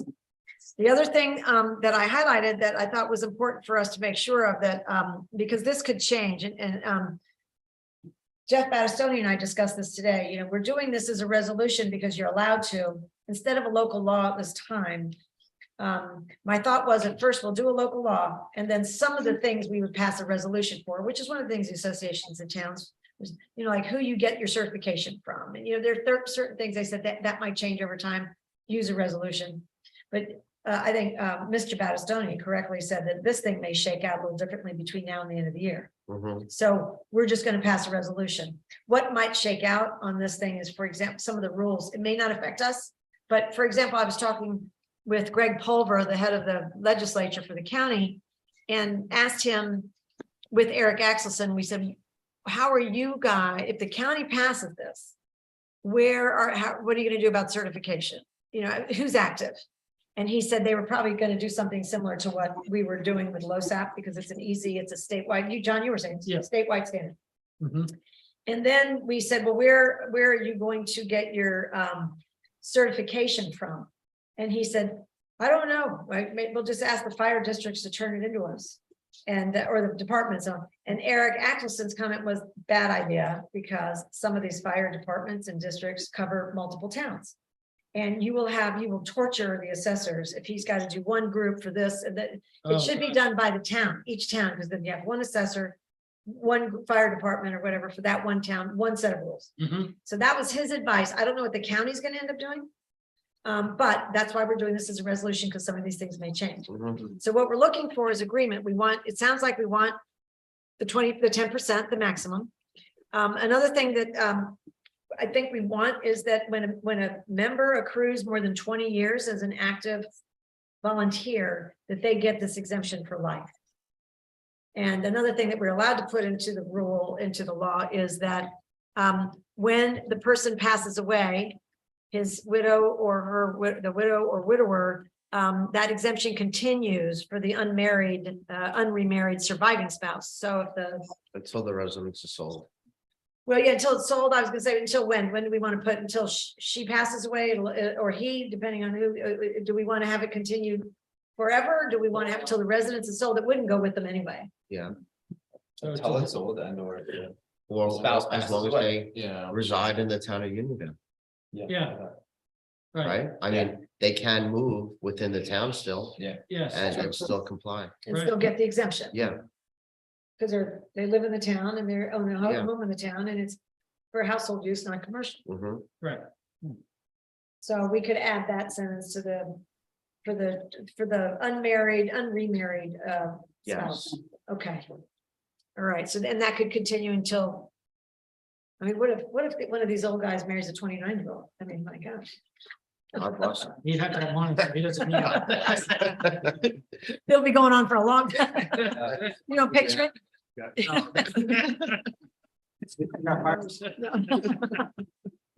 All right, okay, so it's sometimes good to have limit. So those were some of the things we were talking about. Does anybody want to discuss any of those tonight? Or do you feel comfortable with those? I think we've I discussed like the it. work I think session it's a too. good I think idea. we're all relatively. Yeah. I think we all like it. You covered everything. In the Yeah. 20 years. The only other thing I was worried about is where we're going to get our certification from, because I think at some point it may be the state, the LoSAP might send it out to people to make life easier, that kind of thing. So, There's some kind of neutral type of certification amongst fire departments within the state. LoSAP, Nothing, Well, Well, it's a state besides that- program, but each fire but there's district, different tiers, right? fire company provides the info to Yeah. the LoSAP people. I think to qualify, you need the 50 points, Yeah. and that's pretty uniform. That's what Steve Steve Schmuck Schmuck told me, so. Yeah. Oh, yeah, there's certain minimums for the whole state. So I think tying it to that is the smartest way, because then you have an even standard for everybody. Okay. Something that's verifiable. And then, should we have the assessor get that from the fire district, or because they're not heavy administrative people. I mean, they're busy and I don't know. I mean, Or should they make lists of who qualifies for LoSAP based on the amount of calls they make. Yeah. and- Right, Trainings. that's how they get their points. Yeah. Right. So you think it wouldn't be difficult for them to hand us over a list or No, give it I over? think so. I don't Okay. think so. Okay, so we can leave that the way that is if you're going, and if we Yeah, want to change I it think as it's a fine. resolution, we can. And change they're it. elected officials, so. Oh, yeah, It's in public. yeah. No, but if they're doing it already, then it won't be hard for them. Mhm. Okay, I don't want to dump something on them that's difficult. All right, well, if you like the way that this sounds, and this is what, we're gonna have a public hearing on this resolution, which will be published early since it's already done. And people can come and talk about it. Now, remember, whenever there's an exemption, the rest of us are paying the tax. Yeah. So for vets, we love it, for senior exemptions and for firefighter, first responders, we all feel comfortable paying that tax. Mhm. And if you do the numbers, it's probably no more than $6,000 that's shared Yeah. amongst the whole town, but Yeah. we think it's worth it because. But it just, this one thing to make clear when people ask you, whenever there is an Yeah. exemption, we all, we're all picking it up. Yeah. That's the right thing to do for volunteers, what it Yeah. costs to have a paid department versus volunteer department, the cost is Right. much greater for the town. Yep. So, you'd actually be saving.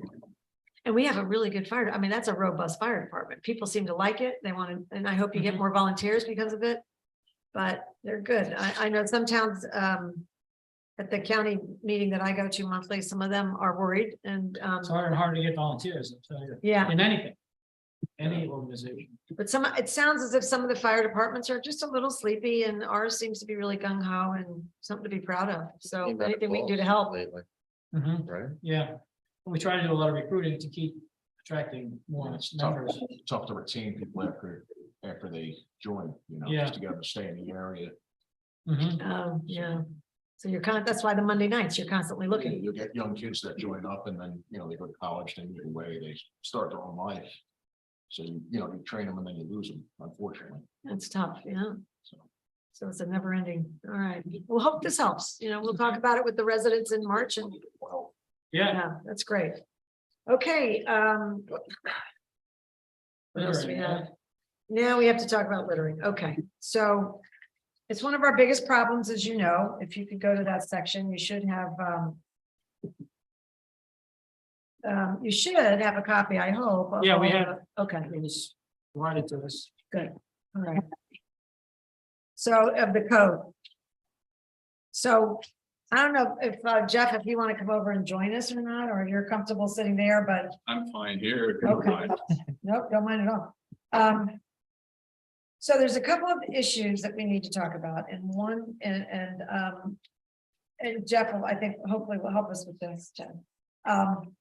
These rules are pretty good. I think they're pretty good, but I think where we have problems is that there's some confusion in the courtroom between rubbish and debris and some of those definitions.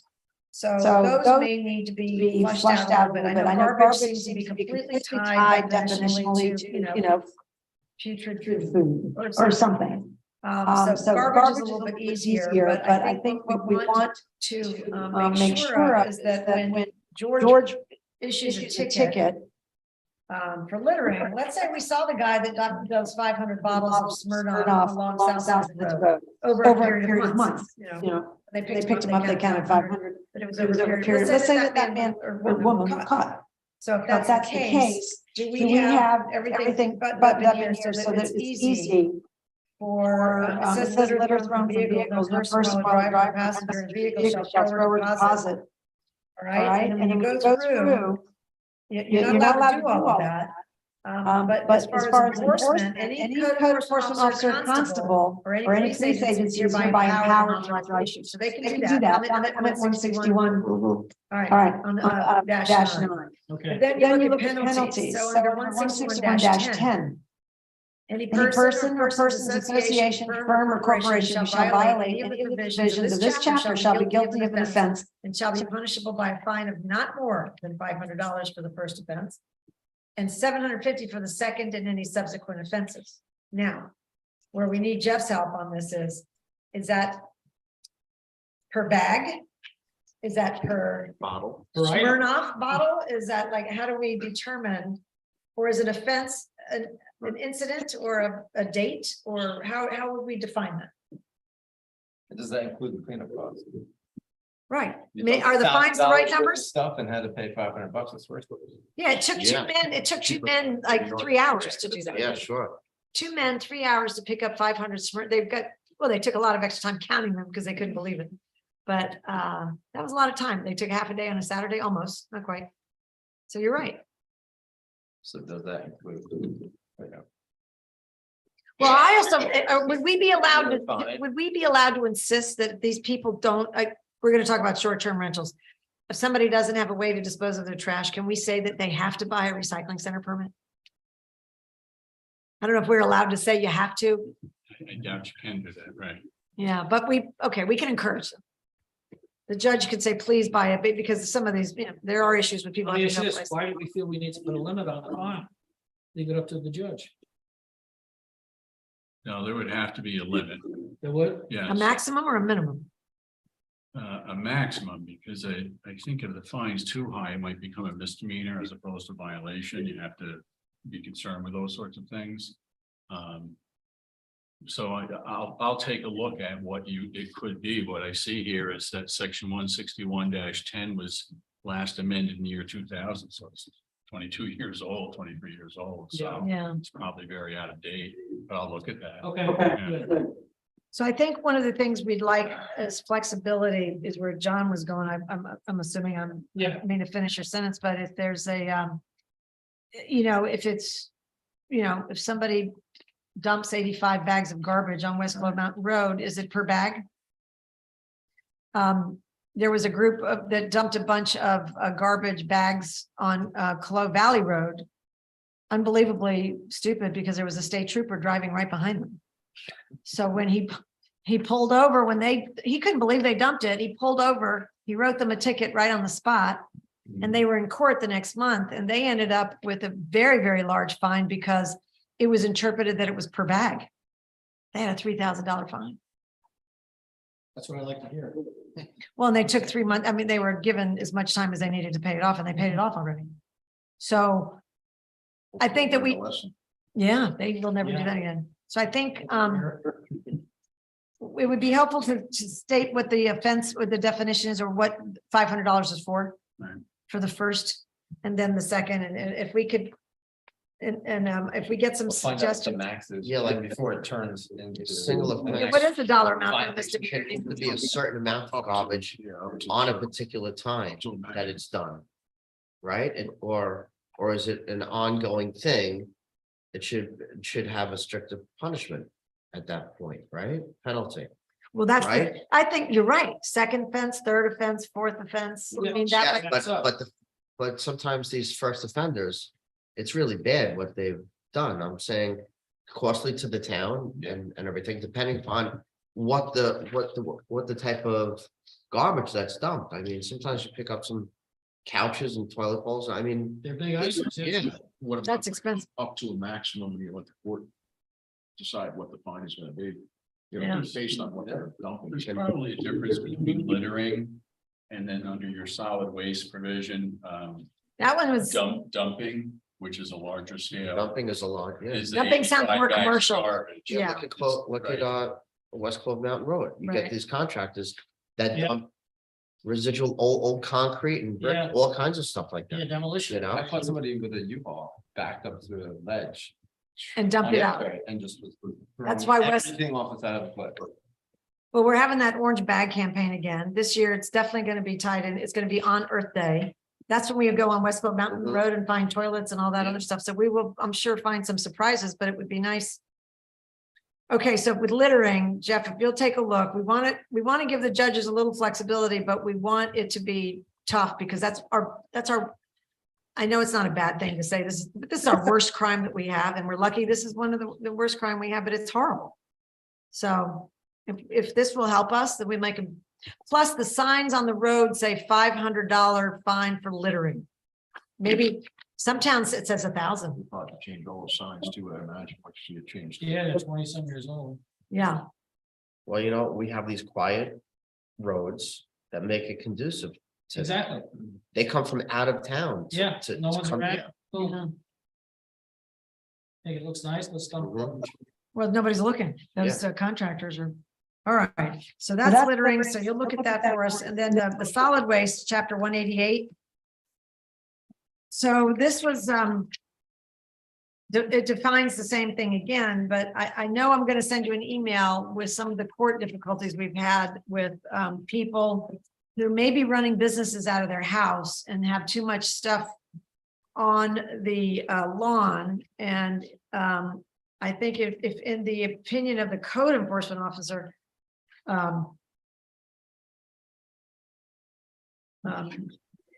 people come into court, I mean, they literally do come into court and cry and say, oh, I need that for work and, you know, stuff. And it does, what I've heard from the justices over several times is that they don't believe that our definitions are buttoned up and tight enough so that nobody can wiggle out. Like, it's easy sometimes for people to wiggle out.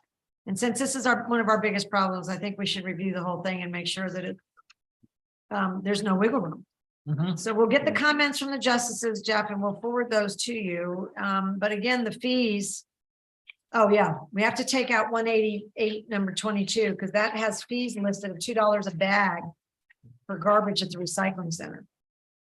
So this is very old. So and it has $2 per tire brought in. So we want to take the fees out of 188-22, and that too has to go into the master fee schedule. As a recycling center. That's very different. Yeah. Nobody's looked at this in years because it's, Yeah. it's, you know. So anyway, so 188-22 comes out. But I saw a number in here somewhere. Where is the of $250 for a fine, I think is what here's 188.9 penalties. Yeah, See that? fine or imprisonment.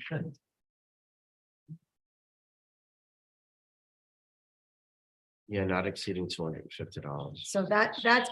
Yeah, Yeah, that's too low. That's too low. But there's also another thing in here that says if somebody gets fined and they don't pay their fine at a certain time, that the code enforcement officer can send that information to the tax collector and it can be added to their taxes, just like a lien.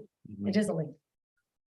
So I don't know if that's the way that I don't know if that ever happening, but it's something we should look at.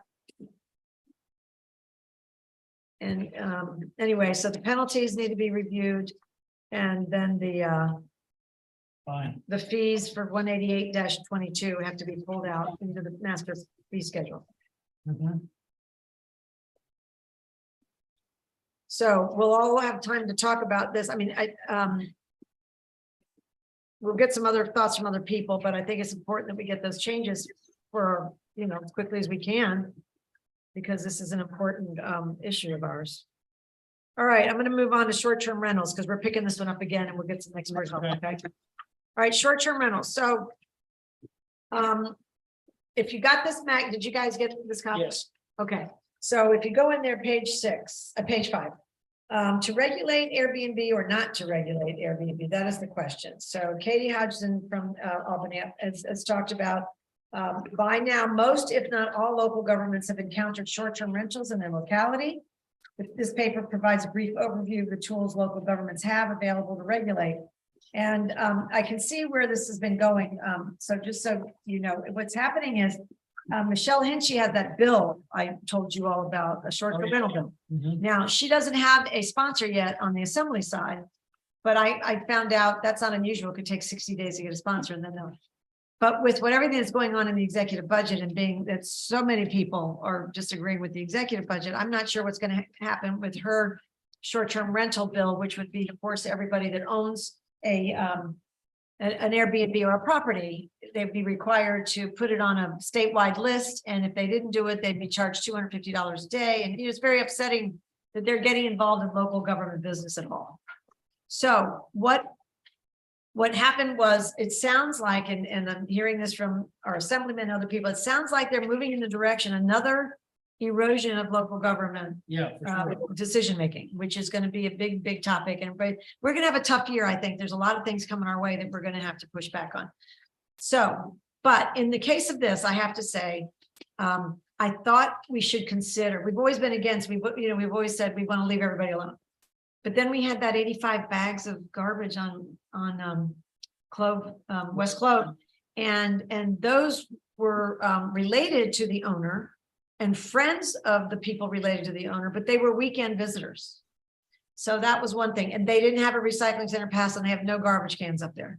That was a problem. The other thing that's come up, in some of the, people I've talked to is that, the fire department doesn't always know where these rentals are, and we don't have that many. Let's say we have 8, we might have 10 by now, I don't know. But I mean, it's not like Rhinebeck, they have 80. So they put in a real local government push of, these are all the rules and all that. We like leaving people alone a little bit, and we'd like people to earn extra money. We don't want the state getting involved with the revenue stream. But anyway, I think we should consider having maybe $100 a year permit or $200 over 2 years. And having, I found a good one. I found one that I thought we might be able to live with, but it would be safe and it would force them not to litter. And well, maybe, and it's the East Hampton. Did you find that in your? Do you have the East Hampton? Oh, wait a minute. Probably still sitting here then. Here you go. All right, now I found one that I thought was palatable for Unionville. You guys, please take a look. So basically what East Hampton does, and they've had this for a long time, vision of rentals are so big in the Hamptons, they have different rules. But instead of us putting a time limit on it, these are, what I liked about East Hamptons, because it matched our personality, but there's a fillable PDF online. So you own a house and you want to rent it out. What it has is this is a self-check list. And with the self-checklist, it's your job to go through and you're supposed to fill out the checklist saying that, yes, you have carbon monoxide poisoning monitors. Yes, you have fire monitors, smoke detectors. It's all a self-check. And then you bring this in and you get a permit, and it could be $100, whatever we decide. At East Hampton, it's $100 a year, I believe. 200. Or 200. Well, 200 for 2 years, so. Oh, okay. Yeah, there you go. There it is right there. But the fillable PDF makes it easy for them. They don't have to come. It's not a big deal. But they have to do the self-check. So then the fire department knows that these people, what they have. Yeah. We can give a copy of this to the fire department. They can have it on their files. It could be handled through the building department. We can customize this any way we want, but for us, we'll know who they are. We can, at the time, we can say with your permit, we're going to urge you to get a recycling center. We need to drive business to our recycling center. We can urge you to get a recycling center permit, or please make sure that Royal is picking up. And we can make sure that all the fire department could also look at this and maybe add some or take some away, but it's a self-check. We're not bothering them. They come in here and that gives them permission to operate. And then we can be a local government that also has done this before the state tries to jam it down everybody's throat, which is where the state's going. So, and still keep it very respectful and not interfere with people's ability to earn extra money. So I thought maybe you would look this over, and handling it to the building department would be great. They could drop their permit off and then the people could check it, make sure all the boxes are completed. George says, okay, the permit gets issued. They could leave it with the town clerk's desk, and Andrea would hand it to them with a smile on her face, and they'd all be happy. They wouldn't be insulted. Yeah. And the idea is not to insult people and not to overcharge them. But that would probably cover the cost of doing it. Definitely, yeah. So we're not deciding, but would you take a look at this and maybe look at their website, and then in the next month's agenda, we'll discuss if. Now, where I see them going, and what I've heard from folks is they do want all towns to have something, and they're over regulating it instead of like, oh, you're not going to do it, but we'll do it. Yeah, better that it's done locally than by the state, that's for sure. Yeah, I would like to be able to say we have a plan, it works for us. We're worried about safety, and we're worried about littering, and those are our only problems, because we don't have wild parties happening. We're not having any noise complaints. So, I mean, let's manage let's try to fix what people are upset about, not things that are none of our business. Correct, yeah. Okay, so take a look at that, and then we'll discuss in March. Okay. Now, if you have some ideas, we could try to customize one of these for us, and we could have it ready for that meeting if anybody wants to. All right. Yep. So anyway, I think. And that's the thing here, trash disposal. Do you have an arrangement for it? It's a good question for us to ask. Yeah, questions. And I think that'll help. And it shouldn't just be, listen, if you're letting your kids use your house and you live somewhere else and your kids are using the house and they're bringing, 15 friends with them, maybe we restrict the number of cars they have. Some people do that because residents are complaining about cars all on the street or whatever. We're going to design it so that it solves the problems that our residents are having. There aren't that many, but it doesn't mean that you have, in other words, it shouldn't just be for Airbnb people. It should be for people that let strangers come into their house, their kids' friends. Then, they too, I don't know how to, Jeff will help us with the wording on that, but Mhm. I'm using that same house over and over, but that, they all came up from way out of the city and they had lots of friends all year long. And every time they had friends, those 5 or 6 or 7 times with big groups Yep. is when the trash came. Mhm. So anyway, you get the gist. I'm sure it's something we'll have a good discussion about, and then we can, again, the fire department might be good for them to know what they're up against if something, if they get a call. Okay. Oh, we have one more. Boy, we had a busy night. The Yeah. constables.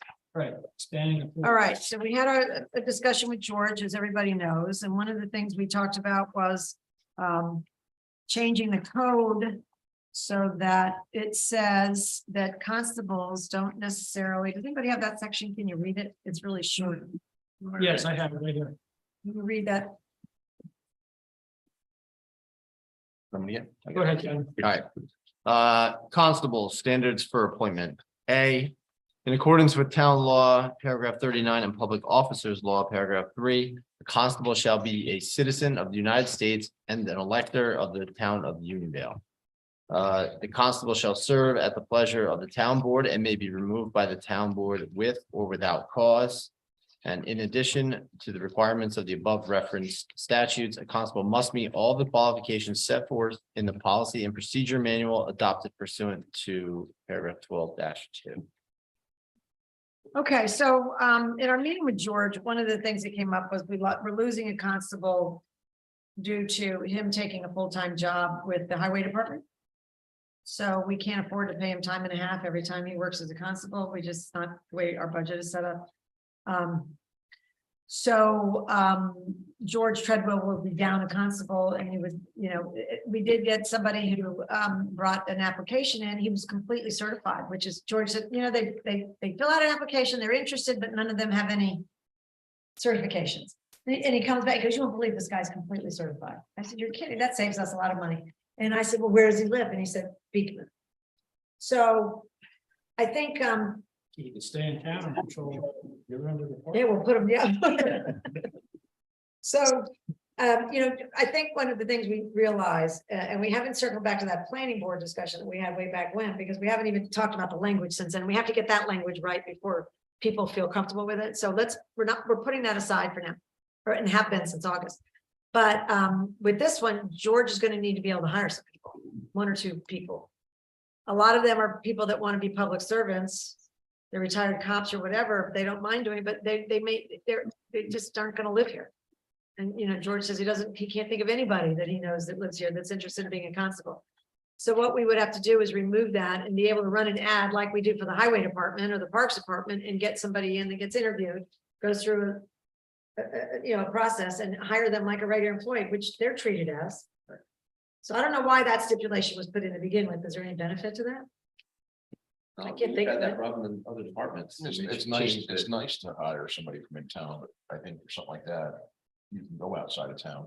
You try to do the priority. Yeah, priority for somebody in town. but- That's what we wrote. Remember when we did the deputy town clerk, and we always put of all the candidates, if a resident, all things being equal, the residents pick first. Mhm. And I don't remember the right, but for the deputy town clerk, we put that in there too. Yeah, I would say same type language. Yeah, we could have that same phrase. We did the same thing. Exactly. Yeah. So anyway, I don't think it's controversial because we know we have to have a flow of people or be able to access them, and so I will put that in for March. And work with Jeff, we'll change the language, and then we'll pass again, that'll be a public hearing and the whole thing to get that code changed, but anyway, it's important for the ongoing use of constables. Yeah, very good. All right, so we've approved, as far as resolutions and motions, we've approved the policies and procedures. We approved the insurance plan. I'd like to ask for a motion so that I can sign the real estate rental agreement. I'll make that motion. Is there a second? Second. All in favor, say aye. Aye. Any opposed? No? All right, I'll get that done and then we'll see what happens and we'll talk through the details when we get them. We need a motion to set the public hearing for local law. It's like, Yeah. it's not gonna be local law number 2. It's going to be a resolution for now, in case things Resolution, are. So All may right. I have a motion to set the public hearing for resolution? I think it'll be probably number 5 or 6. Just Yeah, for March 15th, 7 p.m. Volunteer firefighter and ambulance workers. Sure, a second? A second. All right. All in favor of setting the public hearing for March 15th, say aye. Aye. Any opposed? No, motion carries. We have one more resolution in the back. Yeah, I have it here. The resolution ratifying purpose of the standard. Please do. Oshkosh truck number 5 in the highway department.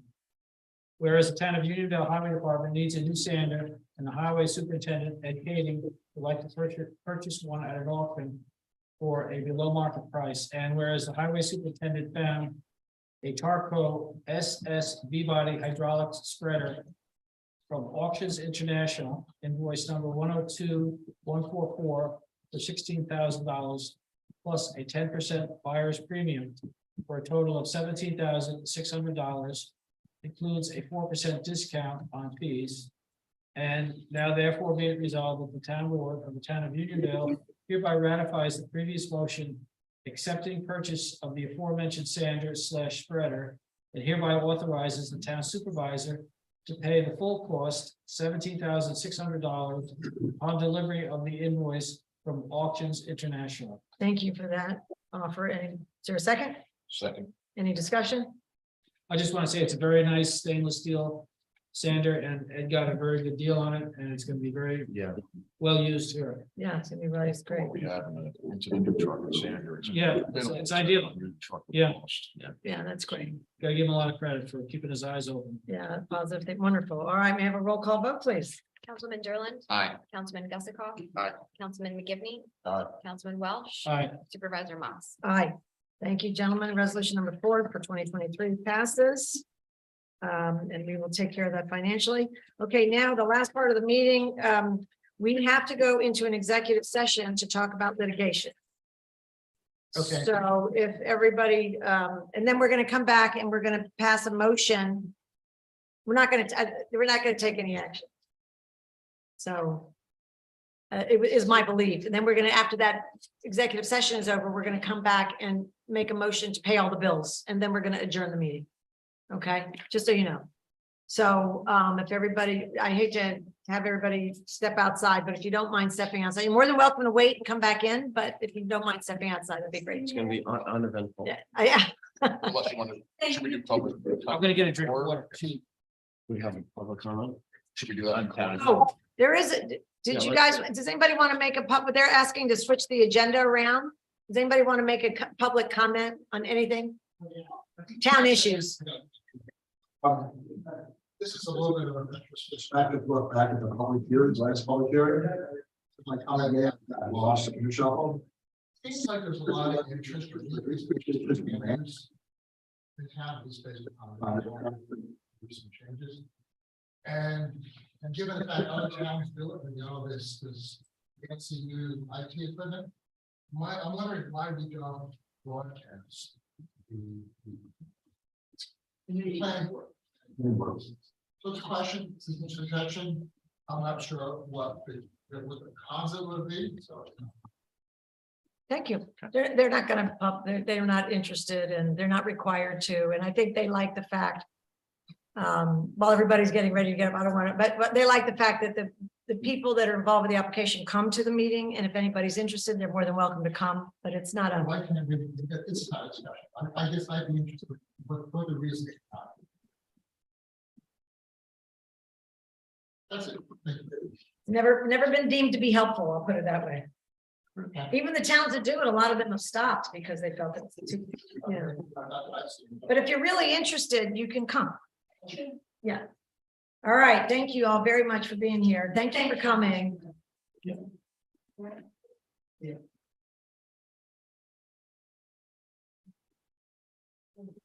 Now, I'm not sure what to do. Andrea, what do we do? Should I pause the, what do I do with the YouTube? Maybe we'll just fill the audio for everything. Do you want to? Hey, you got that? The computer for you. So that, I don't know, do I have any lip readers out?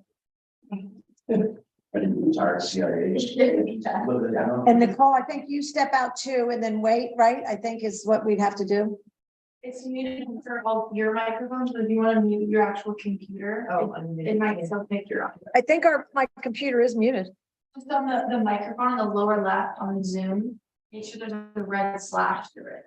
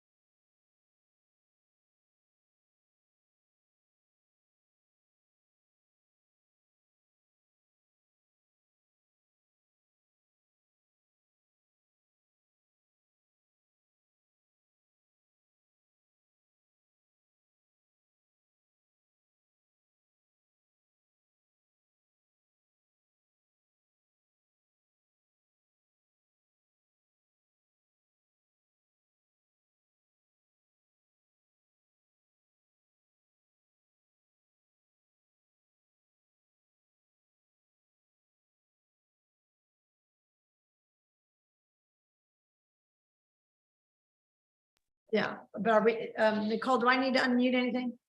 Yes, Just the Zoom part, right? The Zoom part? yes. Ooh, oh, there it is. Okay, so we are back. There was no action taken. I make a, what, you want to move that we close it and.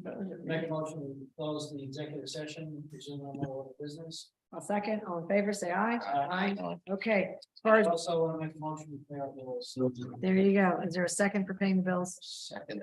All in favor of paying the bills, say aye. That motion carries.